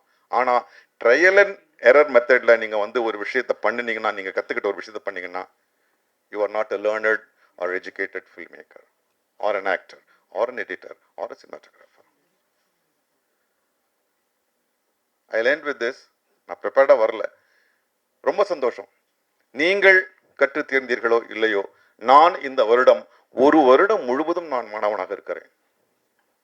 என்ன நடக்குது, எந்த ஸ்டூடெண்ட் என்ன ரியாக்ட் பண்றான், என்ன பண்றான், எப்படி பண்றான், எல்லாம் நான் தான் கத்துக்கிட்டு இருக்கேன். அதே மாதிரி தான் அந்த எக்ஸ்பீரியன்ஸ் தான் உங்க எல்லாருக்கும் வந்து. ஆக உங்கள் எல்லோருக்கும் நிறைவான வாழ்வமைய, மகிழ்வான வாழ்வமைய வாழ்த்துக்கள். உங்கள் பெற்றோர்களே, தயவு செய்து சொல்லுகிறேன், அவர்களுக்கு இந்த இடம் விட்டு சென்றவுடன் ஒரு வாய்ப்பு அமையாது. சில காலம் கிடக்கும். அவன் அந்த கஷ்டம், அந்த அந்த அந்த இது கஷ்டம் அவனுக்கு தெரியணும். அதுக்காக அவனை போட்டு நச்சரிக்காதீங்க. நான் அப்பவே சொன்னேன், கேட்டியா, நீ அந்த வேலைக்கு போ வேணாம். Let him learn. அவனுக்கு ஏன்னா இதுக்கு ஆக்சுவலா இது திரைப்படத்துறை வந்து திறந்த மைதானமா இருக்கு, யார் வேணாலும் நுழையலான்னு. ஸோ அந்த கதவுகள் இப்பதான் ஒவ்வொரு வாசப்படியும் அமைச்சுக்கிட்டு வர்றோம். போகட்டும், நுழையட்டும், வெளியில வரட்டும், வெளியில தள்ளப்படட்டும், காரி துப்பப்படட்டும், வாழ்க்கையை கத்துக்கிட்டோம். அவர்களுக்கு சின்ன அவகாசம் கொடுங்க. நீங்க தான் இப்ப எங்களுடைய பங்கு முடிஞ்சு போச்சு. பெற்றோர்கள் நீங்கள் தான் அவர்களுக்கு வந்து ஒரு மன ஊக்கத்தை, தளராத, போ, என்ன அது ஒன்றும் பிரச்சனை இல்லை, போ அப்படின்னு போடுங்க. BAFTA is Dhananjayan sir vision. இன்னைக்கு இது 1 year ஒரு பெரிய success. Dhananjayan sir, hats off. நான் ஆல்ரெடி சொன்ன விஷயம் தான், அது ஸ்டூடெண்ட்ஸ்க்கு நான் சொல்லியிருந்தேன் already. Survival to the fittest industry. இப்போ வெளில வந்துட்டீங்க, it's going to be a very hard. Keep fighting hard and I'm sure one day will reach. Good luck for everyone and good luck to all the teachers for all the patients and teaching all of them. BAFTA, I think it is going to go big and bigger. நான் இந்த second year பேட்சுக்கு தான் class எடுக்கிறதுக்கு regular class போயிருக்கேன். First year students யாரையுமே நான் பார்த்ததில்லை. பட்டு உங்களோட படங்களை வச்சு நான் உங்களை பார்க்குறேன். நீங்கள் எடுத்திருக்க படங்களை வச்சு நீங்கள் எவ்வளோ இன்வால்மெண்ட்டாக பண்ணியிருக்கீங்க, எவ்வளோ அழகாக நீங்கள் மாஸ்டர்ஸ்ட்டை கற்றுக்கிட்டு இருக்கீங்கன்றதை உங்களுடைய படங்கள் சொல்லுது. அதனால் நீங்கள் எல்லாருமே நல்ல ஸ்டூடெண்ட்ஸ் தான். சாதிக்கிறதுக்கான வாய்ப்புகளோடு தான் நீங்கள் வெளியே போகிறீங்கன்னு நான் நம்புகிறேன். எங்களுக்கெல்லாம் ஒரு பெரிய பொறாமையாக இருக்கும் இப்போ உங்களை பார்க்கும்போது. ஏன்னா இந்த இன்ஸ்டிடியூட், ஃபிலிம் இன்ஸ்டிடியூட் அப்படின்றது வந்து எங்களுக்கெல்லாம் ஒரு கனவு. நான்லாம் சென்னைக்கு வந்து அசிஸ்டன்ட் டைரக்டராக வாய்ப்பு தேடுறதுக்கு முன்னாடி அந்த இன்ஸ்டிடியூட்டில் போய் படிச்சிடலான்றதுக்காக அடையாறு திரைப்படக் கல்லூரியில் போய் ட்ரை பண்ணும்பொழுது டிகிரி குவாலிஃபிகேஷன் பிஎஸ்சியோ பிஏஓ ஒரு டிகிரி முடிச்சிருக்கணும் அப்படின்ட்டாங்க. நான் +2 தான் படித்தேன், டிகிரி படிக்கலை. +2 + ITI அப்படின்றப்போ அது எலிஜிபிலிட்டி இல்லைன்ட்டாங்க. ஒரு ஏக்கத்தோடு நான் இன்ஸ்டியூட்டை விட்டு வெளியே வர்றேன். இந்த இன்ஸ்டியூட்டில் சேர்ந்து படித்தா நம்ம பெரிய டைரக்டர் ஆகிடலாம்னு நினச்சோமே, இங்கே போனால் நம்ம நிறையா சினிமாவை கற்றுக்கலாம்னு நினச்சோமே, இங்கே போகும்போது இன்னும் உலக சினிமா எல்லாத்தையும் பார்த்துட்டு அதை பற்றின விஷயங்களை தெரிஞ்சுக்கிட்டு சினிமாவுக்கு போகும்போது நம்ம நிறைய எடுத்துக்கலாம்னு நினச்சோமே, நமக்கு அது வாய்ப்பு இல்லாமல் போச்சுன்ற ஒரு ஏக்கத்தோடு தான் வெளியில் வந்தேன். வந்ததுக்கப்புறம் என்னோடய முயற்சியை விடாமல், சரி இது இல்லாட்டி என்ன, நமக்கு முன்னாடி எங்களுக்கெல்லாம் நான் குருவாக இருந்தது வந்து பாக்யராஜ் சார். பாக்யராஜ் சார் தான் இன்றைக்கி உள்ள நிறைய டைரக்டர்ஸ்க்கு வந்து ரோல் மாடல்.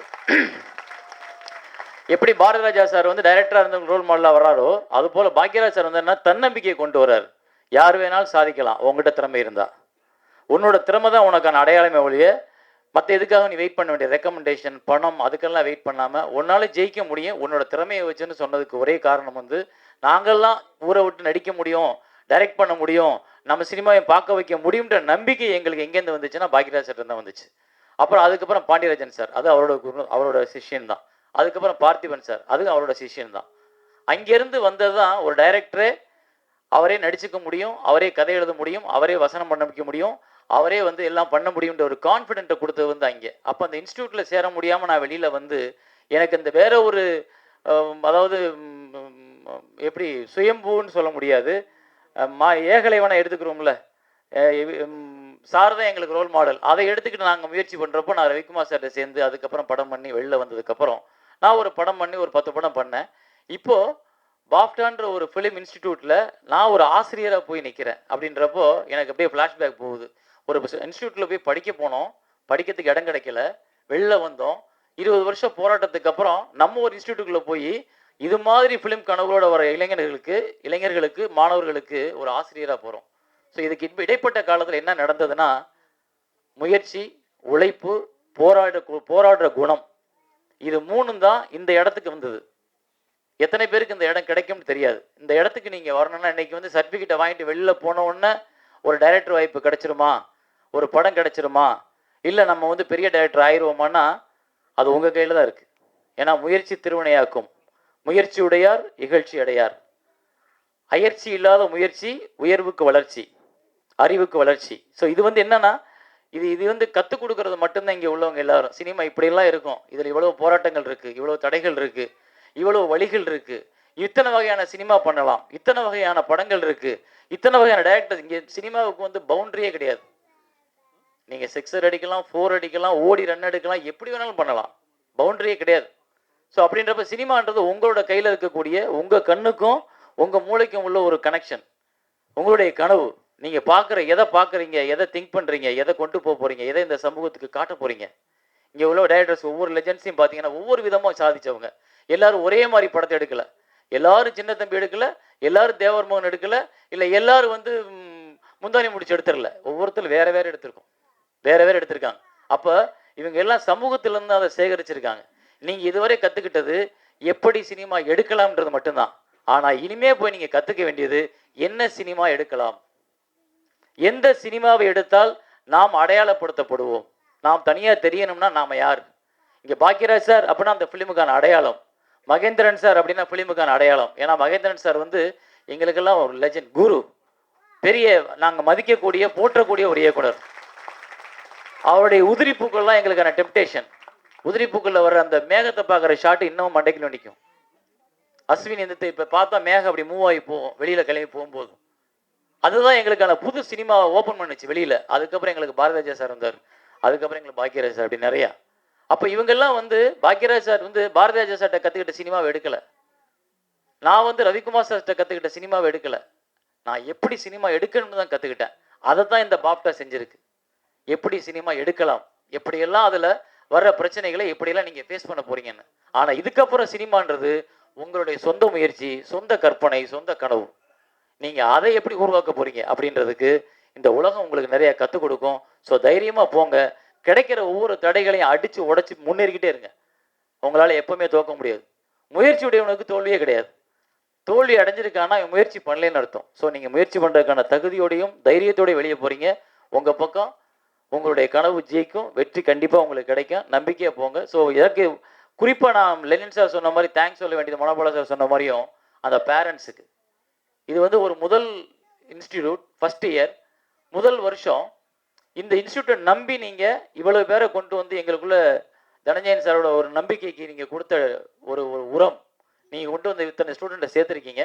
அந்த ஸ்டூடெண்ட்ஸுக்கு தனஞ்சயன் சாரும் அந்த 24 மணி நேரம் ஆக்சுவலி வந்து இப்போ பார்த்தீங்கன்னா 24 ஹவர் சர்வீஸ், 24 ஹவர் ஒரு உழைப்பு, அவரும் அவரோட ஃபேமிலியும். ஸோ இந்த இன்ஸ்டியூட்டை வந்து அவர் இவ்வளோ உருவாக்குறதுக்கு இத்தனை மாஸ்டர்ஸ், இவ்வளோ பேர், எந்த உலகத்தில் எந்த ஃபிலிம் இன்ஸ்டியூட்லையும் இது கிடையாது. உலகத்தில் உள்ள எந்த ஃபிலிம் இன்ஸ்டியூட்லையும் இவ்வளவு மாஸ்டர்ஸ் வந்து சொல்லிக் கொடுக்குற, இவ்வளவு எக்ஸ்பீரியன்ஸை ஷேர் பண்ணிக்கிற அனுபவம் வந்து எந்த ஸ்டூடெண்ட்ஸுக்கும் கிடைச்சதில்லை. நான் ஒரு டேரக்டர்கிட்ட போய் 10 படம் வேலை பார்த்தா கூட அந்த 10 படத்துக்கான எக்ஸ்பீரியன்ஸ், 10 வித்தியாசமான எக்ஸ்பீரியன்ஸ் ஆனால் ஒரு டேரக்டர் இருந்து கிடைக்கும். ஆனால் உங்களுக்கு 1 இயரில் இவ்வளவு டேரக்டர்ஸோட இவ்வளவு மாஸ்டர்ஸ், இப்போ எடிட்டர்ஸ் எல்லாம் லெனின் சார்ட்டில் நீங்கள் போய் ஒரு படம் எடிட் பண்ணணும்னு கேட்டால் பண்ணவே மாட்டார். அவர் பண்ணுறதுன்னா அவருக்கு தோணணும், அவர் இந்த படம் நம்ம பண்ணலாம் அப்படின்னு அவருக்கு தோணணும். ஆனால் அவர் கூட நீங்கள் உட்காந்து 1 வருஷம் படிச்சிருக்கீங்க அப்படின்னா இதெல்லாம் ஒரு எவ்வளோ பெரிய கொடுப்பணும் உங்களுக்கு வாய்ப்பு, எவ்வளோ பெரிய விஷயம். இன்னைக்கு வந்து ஏன்னா எனக்கு தெரியும் லெனின் சார்ட்டு நான் ஒரு படம் ஒர்க் பண்ணுறதுக்கு எனக்கு அதுவாக தெய்வாதீனமாக அமைஞ்சது. அது கூட நானாக போய் கேட்டதை கொடுத்துருக்க மாட்டார். நான் எடுக்கிற படம் எனக்கு பிடிக்காது, நீ என்ன எடுக்கிற, ஏன்னா தவமாய் தவம் இருந்த படத்தை வந்து நான் எடுத்துட்டு அவர்கிட்ட தான் கொண்டு போய் எடிட் பண்ணி கொடுங்க சார்னு சொன்னேன். எடுத்ததுக்கப்புறம் ஏன்னா தவமாய் தவம் வந்து ஒரு 8 மணி நேரத்தை எடுத்து வச்சுருந்தேன். அந்த படத்தை ஃபுல்லாக ஓட்டி பார்க்குற 8 மணி நேரம் ஓடுது. 8 மணி நேரம் எப்படா படம் பார்க்க போகிறேன், ஏன்னா எதை வெட்டுறதுன்னு எங்களுக்கு தெரியல. அப்புறம் நம்ம ஜாம்பவான் தான் உட்காந்து, நீ கொண்டா, நீ கொஞ்ச நாள் ஊருக்கு போயிட்டு வா, 15 நாளைக்கு இந்த பக்கமே வராதேன்ட்டாருன்னு. நான் ஊருக்கு போயிட்டேன். 15 நாள் கழிச்சு வந்தா அவர், ஆனால் அவர் பெரிய ஜாம்பவான், ஆனால் குட்டிக்காரன் நடிச்சு பார்த்தாரு. அவரால் 3.5 மணி நேரத்துக்கு மேலே குறைக்க முடியல அந்த படத்தை. 3.5 மணி நேரம் ஆச்சு. இனிமே என்னால் இல்லைப்பா, இந்த உலகத்தில் எவன் வந்தாலும் இந்த படத்தை இதுக்கு மேலே குறைக்க முடியாது, உன் தலையில தவளைதான் ரிலீஸ் பண்ணிக்கிட்டாரு. ஆனால் அந்த ஜாம்பவான்கிட்ட நீங்கள் வந்து ஒரு 1 இயர் ஃபுல்லாக படிச்சிருக்கீங்கன்றப்போ நீங்கள் எவ்வளோ கற்றுக்கிட்டு இருப்பீங்கன்றது. நீங்கள் எல்லாம் இப்போ இன்னைக்கு வாங்குறதும், இன்னைக்கு உள்ள ஃபங்க்ஷனும், இன்னைக்கு உள்ள நீங்கள் எடுத்த ஷார்ட் ஃபிலிம்ஸும், இன்னைக்கு பேரண்ட்ஸ் உங்களை முன்னாடி பார்க்குறதும் பெருமை இல்லை. இதுக்கப்புறம் இந்த சர்டிஃபிகேட்டை வச்சுட்டு வெளியில் போய் நீங்கள் எடுக்கக்கூடிய திரைப்படங்கள் அடையாளம் காட்டுறது தான் பாப்டாவுக்கான பெருமை.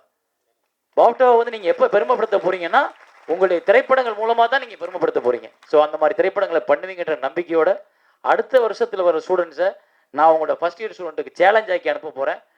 இந்த பாஃப்டாவில் வந்து ஆக்டிங் டிபார்ட்மெண்ட் எங்களுடைய நாசர் ஏற்றெடுத்த போது என்கிட்ட சொல்லியிருந்த இந்த விஷயம் வந்து வாய்ஸ் கல்ச்சர் நீங்கள் பண்ணணும்னு. எனக்கு ரொம்ப பிடிச்ச ஒரு பிரிவு அது. ஆனால் இது வரைக்கும் நான் டீச் பண்ணது கிடையாது, பயந்தேன் நான். ஆனால் வந்ததுக்கப்புறம் தெரிஞ்சது just had to take the queue அப்படின்னு சொல்லி. ஸோ வாய்ஸ் கல்ச்சர் ஒர்க் பண்ணியிருக்கிற எல்லா ஃப்யூச்சர் ஆக்டர்ஸ் எல்லாம் இங்கே இருக்காங்க. It was a beautiful experience and I should thank Nassar for giving me this one way to learn. இதில் வந்து நாம் இன்னும் கற்றுக்கிட்டு இருக்கோம் அப்படின்றது. நியூயார்க்கில் வந்து ஆக்டர் ஸ்டுடியோன்னு ஒன்று இருக்குது. அங்கே வந்து சாதாரணமாக நிறைய பெரிய பெரிய ஆக்டர்ஸ் எல்லாரும் கூட ஒவ்வொரு படத்துக்கும் நடுவில், லைக் ஆல்பச்சினோ மாதிரி, ராபர்ட் டினிரோ மாதிரி நிறைய நல்ல படங்கள் ஆஸ்கார்லாம் கிடைச்சதுக்கப்புறம் கூட ஒரு படத்துக்கும் இன்னொரு படத்துக்கும் நடுவில் கிடைக்கிற டைமில் அவங்களுக்கு சில கேரக்டர்ஸ் எடுத்துகிட்டு, இல்லைன்னா ஏதாவது ஒரு பிளேயிலேருந்து ஒரே ஒரு சீன் எடுத்துக்கிட்டு அதை அவங்க ரிஹர்ஸ் பண்ணி ஒர்க் ஷாப்ஸ் எல்லாம் பண்ணி அதை ஸ்டேஜ் பண்ணுவாங்க. ஏன்னா என்றைக்குமே வந்து நம்ம முழுமை அடைஞ்சிடலை அப்படின்றத அவர் உணர்ந்து செய்கிற ஒரு வேலை ஆக்டர் ஸ்டுடியோன்னு ஒன்று. அந்த மாதிரி நான் உணர்ந்தேன். Like it was also learning process for me. இந்த ஒரு வாய்ப்பு கொடுத்ததுக்கு ஒரு ஸ்டம்பிள்ட் அப்பான் திஸ் தான் சொல்லணும். நாசருக்கு நன்றி, தனஞ்சயன் அவர்களுக்கு நன்றி.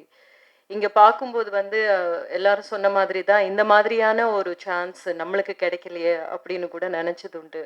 But nevertheless all the best to all the students from last year, and also we have a good team this year also.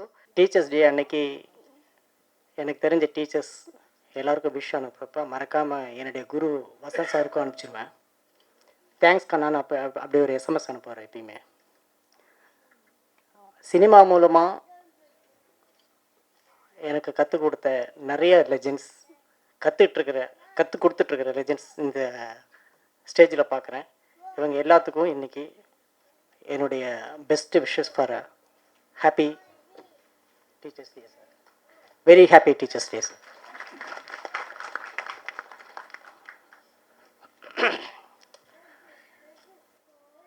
இந்த டீச்சர்ஸ் டே அன்னைக்கு என்னை ஒரு டீச்சர் ஆக்கிய தனஞ்சயன் சாருக்கும் என்னை ஒரு டீச்சராக உணர வைத்த ஸ்டூடெண்ட்ஸுக்கும் என்னுடைய இதயபூர்வமான நன்றி.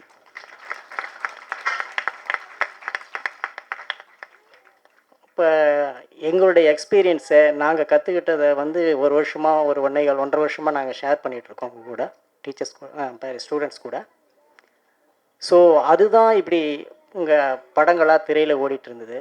அப்போ எனக்கு ஒரு டீச்சராக என்ன தோணுச்சு அப்படின்னா வந்து எப்பயுமே எனக்கு கொஞ்சம் ஒரு ஐயோ நம்ம பெட்டராக இல்லையோ, இன்னும் பெட்டராக இருக்கணுமோ அப்படின்னு தோணிகிட்டே இருக்கும். அப்படி எனக்கு தோணுதில் வந்து சினிமாட்டோகிராஃபி ஸ்டூடெண்ட்ஸ் சூப்பராக பண்ணியிருக்காங்க, ஆக்டிங் ஸ்டூடெண்ட்ஸ் சூப்பராக பண்ணியிருக்காங்க. எங்கள் டிபார்ட்மெண்ட்டும் நல்லா தான் பண்ணியிருக்கு, ஆனால் இன்னும் நிறைய பண்ணணும் அப்படிங்கிற இது தோணிகிட்டே இருக்குது. நிறைய பண்ணுவோம், நாங்கள் இன்னும் பெரிய இடத்துக்கு போவோம். இங்கே வந்திருக்கிற பேரண்ட்ஸுக்கும் சரி, இங்கே இருக்கிற லெஜெண்ட்ஸுக்கும் சரி, இதில் குறைகள் தெரியலாம், ஆனால் இதுவல்ல, நாங்கள் இன்னும் மேலே மேலே போவோம். இன்னொரு ஒரு ஒரு நன்றி சொல்லணும். ஏன்னா எப்பவுமே மார்க்கண்டேயன் ஒருத்தர் உட்காந்துருக்காரு, அவருக்கு கீழே நான் வந்து ரொம்ப யங்ஸ்டர்ஸ் சொல்லிட்டு அவர் ஒரு இன்ட்ரொடக்ஷன் கொடுத்தார். இனி அவரை மார்க்கண்டேயர் சொல்லுவாங்களா, என்ன மார்க்கண்டேயர் சொல்லுவாங்களா சொல்லிக்கலான்ட்டு. ரொம்ப நன்றி. 2 பேருக்கு தான் நம்ம ரொம்ப நன்றி சொல்ல வேண்டியதாக இருக்குது. ஏன்னா நானும் எவ்வளோ முயற்சி பண்ணி ஒரு இன்ஸ்டியூட் ஆரம்பிக்கலாம் அப்படின்லாம் பார்த்தா நடக்காது. ஏன்னா ரொம்ப கருணை உள்ளம் அப்படி இப்படிலாம் சொல்லிக்கிறாங்களே, அது போல் இருந்தால் இன்ஸ்டியூட்லாம் நடத்த முடியாது. அதுக்காக தனஞ்சயன் சாருக்கு கருணை உள்ளம் இல்லைன்னு இல்லை, பெரிசாக இருக்குது அவருக்கு. அதுக்கு மேலே அவங்க வீட்டுக்காரம்மா பரபரம் வேலை செஞ்சிட்ருப்பாங்க. அப்புறம் அவங்க ஸ்டாஃபுங்கெல்லாம், அதுக்கப்புறம் ஸ்டூடெண்ட்ஸுங்க இல்லை, அவர்களுடைய தாய் தந்தையர்கள். இந்த மாதிரி ஒரு இன்ஸ்டியூட்டுக்கு அனுப்பணும்னு அவங்க நான் அந்த மாதிரி ஒரு தாய் தந்தை ஆகிட்டேன் அவங்களுக்கு. ஏன்னா நான் அவங்கள அந்த தாய் தந்தையர்கள் பார்த்துடல, அநேகமாக வந்திருப்பாங்கன்னு நினைக்கிறேன். நான் முதல்ல நினச்சேன் அப்படி தான், என்னடா இதுக்கு போய் ஒரு இன்ஸ்டியூட்டு ஆரம்பித்து அதுக்கு வந்து அந்த அப்பா அம்மாலாம் அனுப்பிச்சிருக்காங்களே, இது எப்படி நடக்க போகுது அப்படின்லாம் ஒரு சந்தேகம் இருந்தது. ஆனால் போக போக போக போக போக போக அந்த சந்தேகம், ஏன்னா நான் பூனா ஃபிலிம் இன்ஸ்டியூட்டு, சத்யத்ரி இன்ஸ்டியூட்டு இதெல்லாம் போய் பார்த்துருக்கிறதுனால இது எப்படி நடக்கும் அப்படின்னு பார்த்தா, அதுக்கு தான் சொன்னேன் தி பெஸ்ட் அப்படின்னு சொல்லிட்டு. நானே சொல்லுறது கூட சொல்லியிருக்கேன், தி பெஸ்ட்டாக இருக்குது. ஏன்னா நான் ஒர்க் பண்ண சில டைரக்டர்ஸ்கள்லாம் இங்கே வந்து உட்காந்துருக்காங்க. அண்ட் தென் மோரார்லெஸ் அந்த மாதிரி ஒரு இணைப்பு எனக்கு கிடைச்சிது. ஏன்னா நான் கொஞ்சம் எப்போவும் ஒதுங்கி ஓடிட்டு வருவேன், அந்த மாதிரி ஒரு இணைப்பும் இந்த போஸ்டாவில் எனக்கு கிடச்சிது. அதுக்கு மேலே எல்லா ஸ்டூடெண்ட்ஸும் இப்போ இங்கே அனௌன்ஸ்மெண்ட் பண்ணியிருந்தார், அவர் ஒரு நாள் நல்ல படிக்கட்டில் நீ நட்ஸுடா அப்படின்னு அப்படியெல்லாம் அதை கேட்டுக்கிட்டு பேசாமல் இருந்துக்கிட்டு ரொம்ப கஷ்டம். இந்த எடிட்டர்ஸும் இந்த சவுண்ட் இன்ஜினியர்ஸும் அது கொஞ்சம் கூட பேச மாட்டாங்க, ஏன்னா உட்காந்து பார்த்துக்கிட்டே தான் இருப்பாங்க. ஆனால் அவர்களெல்லாம் பேச வச்சு பாட வச்சு எல்லாம் செய்து கொடுத்த இந்த போஃப்டா அவங்களுக்கு தான் நான் நன்றி சொல்லணும். அதுக்கு மேலே நீங்கள் வந்து இவ்வளோ நாள் வந்து வீடை போய் பார்த்ததில்லை, அப்பா அம்மா பார்த்ததில்லை, நடுவில் வந்து எப்போ தான் போய் பார்த்துருக்கீங்க. அவர்களுக்கெல்லாம் நன்றி சொல்லி எப்பவுமே ஒரு பாட்டு பாடுவேன் நான். அந்த பாட்டு இங்கேயே பாடிடுவேன். சொல்லுறத சொல்லிப்புட்டேன், செய்கிறத செஞ்சிடுங்க, நல்லதுன்னு நான் எடிட்டர்ஸ் கை சும்மா இருக்கக்கூடாதுப்பா. சொல்லுறத சொல்லிப்புட்டேன், செய்கிறத செஞ்சிடுங்க, நல்லது நான் கேட்டுக்கங்க, கெட்டது நான் விட்டுடுங்க. முன்னாலே வந்தவங்க என்ன நம்ம சொன்னாங்க, மூளையில் ஏறும்னு எழுதி வச்சாங்க. ஒன்றுமே நடக்காம உள்ள செத்தாங்க, என்னாலே ஆகாதுன்னு எனக்கு தெரியுமுங்க. சித்தர்களும் யோகிகளும் சிந்தனையின் ஞானிகளும் புத்தரோடு இயேசுவும் உத்தமர் காந்தியும் எத்தனையோ உண்மைகளை எழுதி எழுதி வச்சாங்க, அத்தனையும் படிச்சிங்க. இதான்ப்பா கண்டக்டிங்ன்றது. என்ன செஞ்சு கிழிச்சிங்க, சொல்லுறத சொல்லிட்டு. அது அந்த பட்டுக்கோட்டை கல்யாண சுந்தரத்தினுடைய ஒரு பாடல், சந்திரபாபுன்ற ஒரு பாடினார். அதெல்லாம் ஞாபகம் வருது எனக்கு. அதனால் நீங்கள் எல்லாம் வீடு நோக்கி ஓடுகின்ற நம்மையே தான், எல்லாருமே வந்து வீடு நோக்கி ஓடுகிறீங்க. எல்லாருக்கும் நன்றி, வாழ்த்துக்கள். ஒரு மாணவனை உருவாக்கு ஒரு ஊர் உருப்படும். இத்தனை மாணவர்களை உருவாக்கிய திரு தனஞ்சயனுக்கு இந்த நாடே வசப்படும்.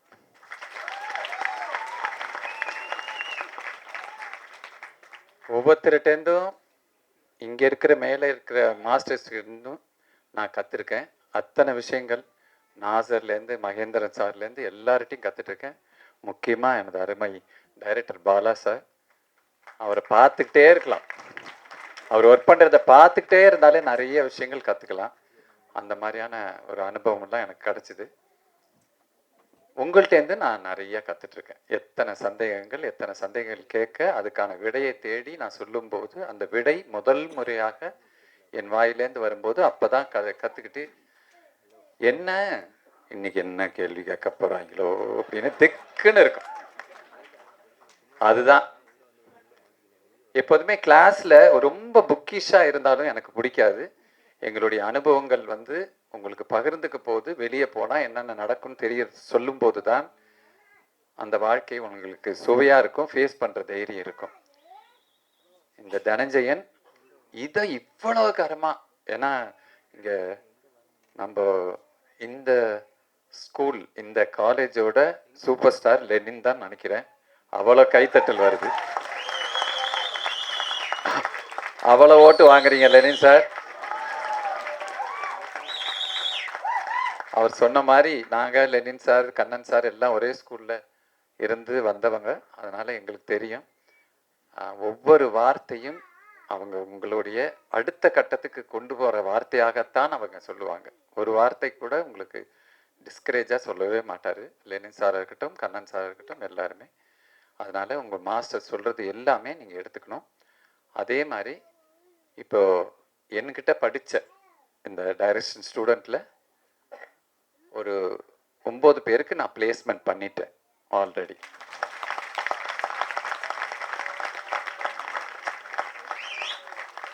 அடுத்து நான் எடுக்க போகிற படத்தில் 2 பேர் இங்கே ஒர்க் பண்ணுறாங்க. ஒர்க் பண்ணுறீங்களா? எந்திரிச்சு நில்லுங்க.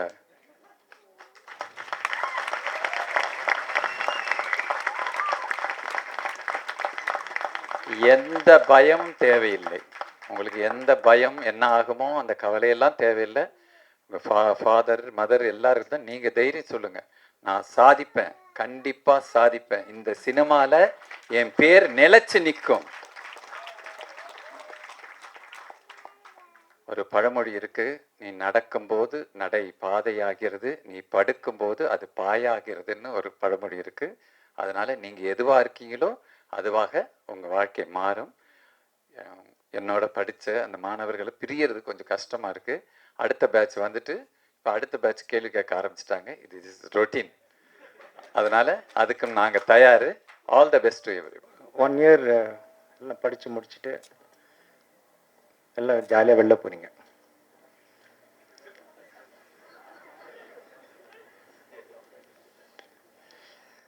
ஆக்சுவலாக இனிமேல் தான் ஸ்டடீஸ் ஆரம்பிக்குது. What is life, what is industry. இப்போது எங்களோட எக்ஸ்பீரியன்ஸ் எல்லாம் நாங்கள் அங்கங்கே ஷேர் பண்ணியிருக்கோம். அப்போல்லாம் விளையாட்டுத்தனமாக எல்லோரும் ஜாலியாக இருந்தீங்க கிளாஸில்.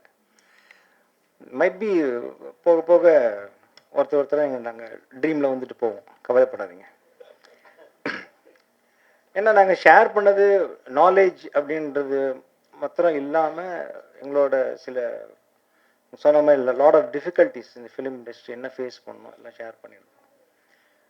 ஸோ என்னோட பேசிக்காக என்னோடய கிளாஸஸ் எல்லாத்துலேயுமே வந்து try to share all my difficulties, professional personal எல்லாமே. எதுக்காக அப்படின்னா இன்றைக்கி வந்து நாங்கள் டிஃபிகல்ட்டி ஃபேஸ் பண்ணும்போது சப்போர்ட்டுக்கு வந்து வி ஹேட் சம்மன். ஒரு கனெக்ட் இருந்தது. We are able to catch hold of someone and sustain பண்ணிட்டோம். இன்னைக்கு வந்து என்னென்னா எல்லாருமே தனித்தனியாக இருக்கும். பார்த்தீங்கன்னா இந்த கோர்ஸ் முடிஞ்சதுக்கப்புறம் சினிமாட்டோகிராஃபி ஸ்டூடெண்ட்ஸ் ஒருத்தர் பேசிட்டாங்களான்னு எனக்கு தெரியாது. ஆனால் யாரும் என் கூட பேசலை. படிக்கும்போது எல்லாம் பேசிகிட்டு இருப்பாங்க, டவுட்டு கேட்பாங்க, கால் பண்ணுவாங்க. நைட் 10:45க்கு இம்ரான் ஒரு ஸ்டூடெண்ட்டு, சார் படித்து முடிச்சதுக்கப்புறம் என்ன பண்ணுறதுன்னு தெரியல சார், ஒரே டென்ஷனாக இருக்குது, ஏதாவது அட்வைஸ் கொடுங்க சார் அப்படின்னாங்க. இப்போதைக்கு என்னால் ஒன்று தான் பண்ண முடியும், படுத்து தூங்குன்னு. அதுக்கப்புறம் கோர்ஸை முடிஞ்சு இது வரைக்கும் யாரும் காலே பண்ணதே இல்லை. மணிகண்டன் பிரபு தான் கொஞ்சம் டச்சில் இருக்கார். அது என்ன டின்னரு சாப்பிட போகலாம் சார் அப்படின்ட்டு. டாபிக்ஸ் பற்றி எதுவும் டிஸ்கஷனே கிடையாது. ஸோ நான் சொல்ல வேண்டிய விஷயம் ஒன்று தான். இப்போ நீங்கள் வந்து இங்கே படிச்சிருக்கீங்க. ஸோ நாங்கள் வந்து எங்களை என்ன மாதிரி பார்த்துருக்கீங்கன்னு தெரியாது. டீச்சரா, குருவா, மென்டரா, I don't know. But அந்த கனெக்ட் வச்சுக்கணும். Connect with the persons who are involved in BOFTA or BOFTA as a whole. அவங்க கூட கனெக்ட் வச்சுட்டிங்கன்னா உங்களுக்கு வந்து ஒரு சின்ன பிடிமானம் இருக்கும். So this is my advice. And இன்னும் படிக்கணும், இன்னும் கற்றுக்கணும், நான் இன்னும் இண்டஸ்ட்ரிக்குள்ளே போகிறதுக்கு ப்ரிப்பேர் ஆகணும் அப்படின்லாம் சொல்லிட்டு நிறைய நீங்கள் திங்க் பண்ணிட்டு இருப்பீங்க. இன்னும் I have to take some more time அப்படின்னு அந்த கான்செப்டே வச்சுக்காதீங்க. படித்து முடிச்சாச்சு அப்படின்னா you have to become a cinematographer, ஒரு டேரக்டர், ஒரு எடிட்டர். That's the rule. இந்த சர்டிஃபிகேட் வாங்கினதுக்கு அப்புறமேலு 1 வீக் டைம் எடுத்துக்கோங்க. அதுக்கப்புறமேலு you should start to make money. At least ஒரு 100 rupees or 200 rupees, start something like that. Start to see money in your hand. That is very, very important. Because money வச்சு தான் உங்களோட value, உங்களோட standard என்ன அப்படின்னு சொல்லிட்டு. No one will give you money for nothing. Value இருக்கும். So now you just check out how much you are worth today, how much you are worth next week, and try to improve yourself, increase that level. That's all I like to say. All the best. ரொம்ப வருஷத்துக்கு முன்னாடி என் brother வந்து Madras film இன்ஸ்டியூட்டில் வந்து லெக்சரராக இருந்தார். அப்போ தான் first நான் சீரியல் ஆரம்பித்த போது நிறைய பேரை வந்து எனக்கு இன்ட்ரடியூஸ் பண்ணார். காட்ஸ் கிரேஸ் என்னுடைய கம்பெனியில் ஒர்க் பண்ணவங்களாம் எனக்கு பெரிய இடத்துல நல்லா இருக்காங்க. Like cameraman Manikandan, Ravi K Chandran, A Rahman, இப்படி சொல்லிகிட்டே போகலாம். They all work with our concern. So எனக்கு வந்து தனஜெயன் அப்படி சொன்னோன்னே ரொம்ப சந்தோஷமாக இருந்தது. I really thank you. என்னையும் ஒரு ஷேர் ஹோல்டராக வந்து இந்த கம்பெனியில் அவர் எடுத்துக்கிட்டதுக்கு. அண்ட் இது வந்து ஒரு அற்புதமான ஒரு விஷயம். இவ்வளோ நியூ டேலண்ட் வந்து இங்கே கிடைக்குது. ஸோ ப்ளீஸ் எல்லாரும் வந்து பி வெரி ஹோப்ஃபுல். ஒரு எக்ஸாம் முடிச்சாச்சு, வெளியே வந்தாச்சுன்னு லதாஜி ஆகிடாமல் keep trying, keep fighting and don't go away from your dream. All the best.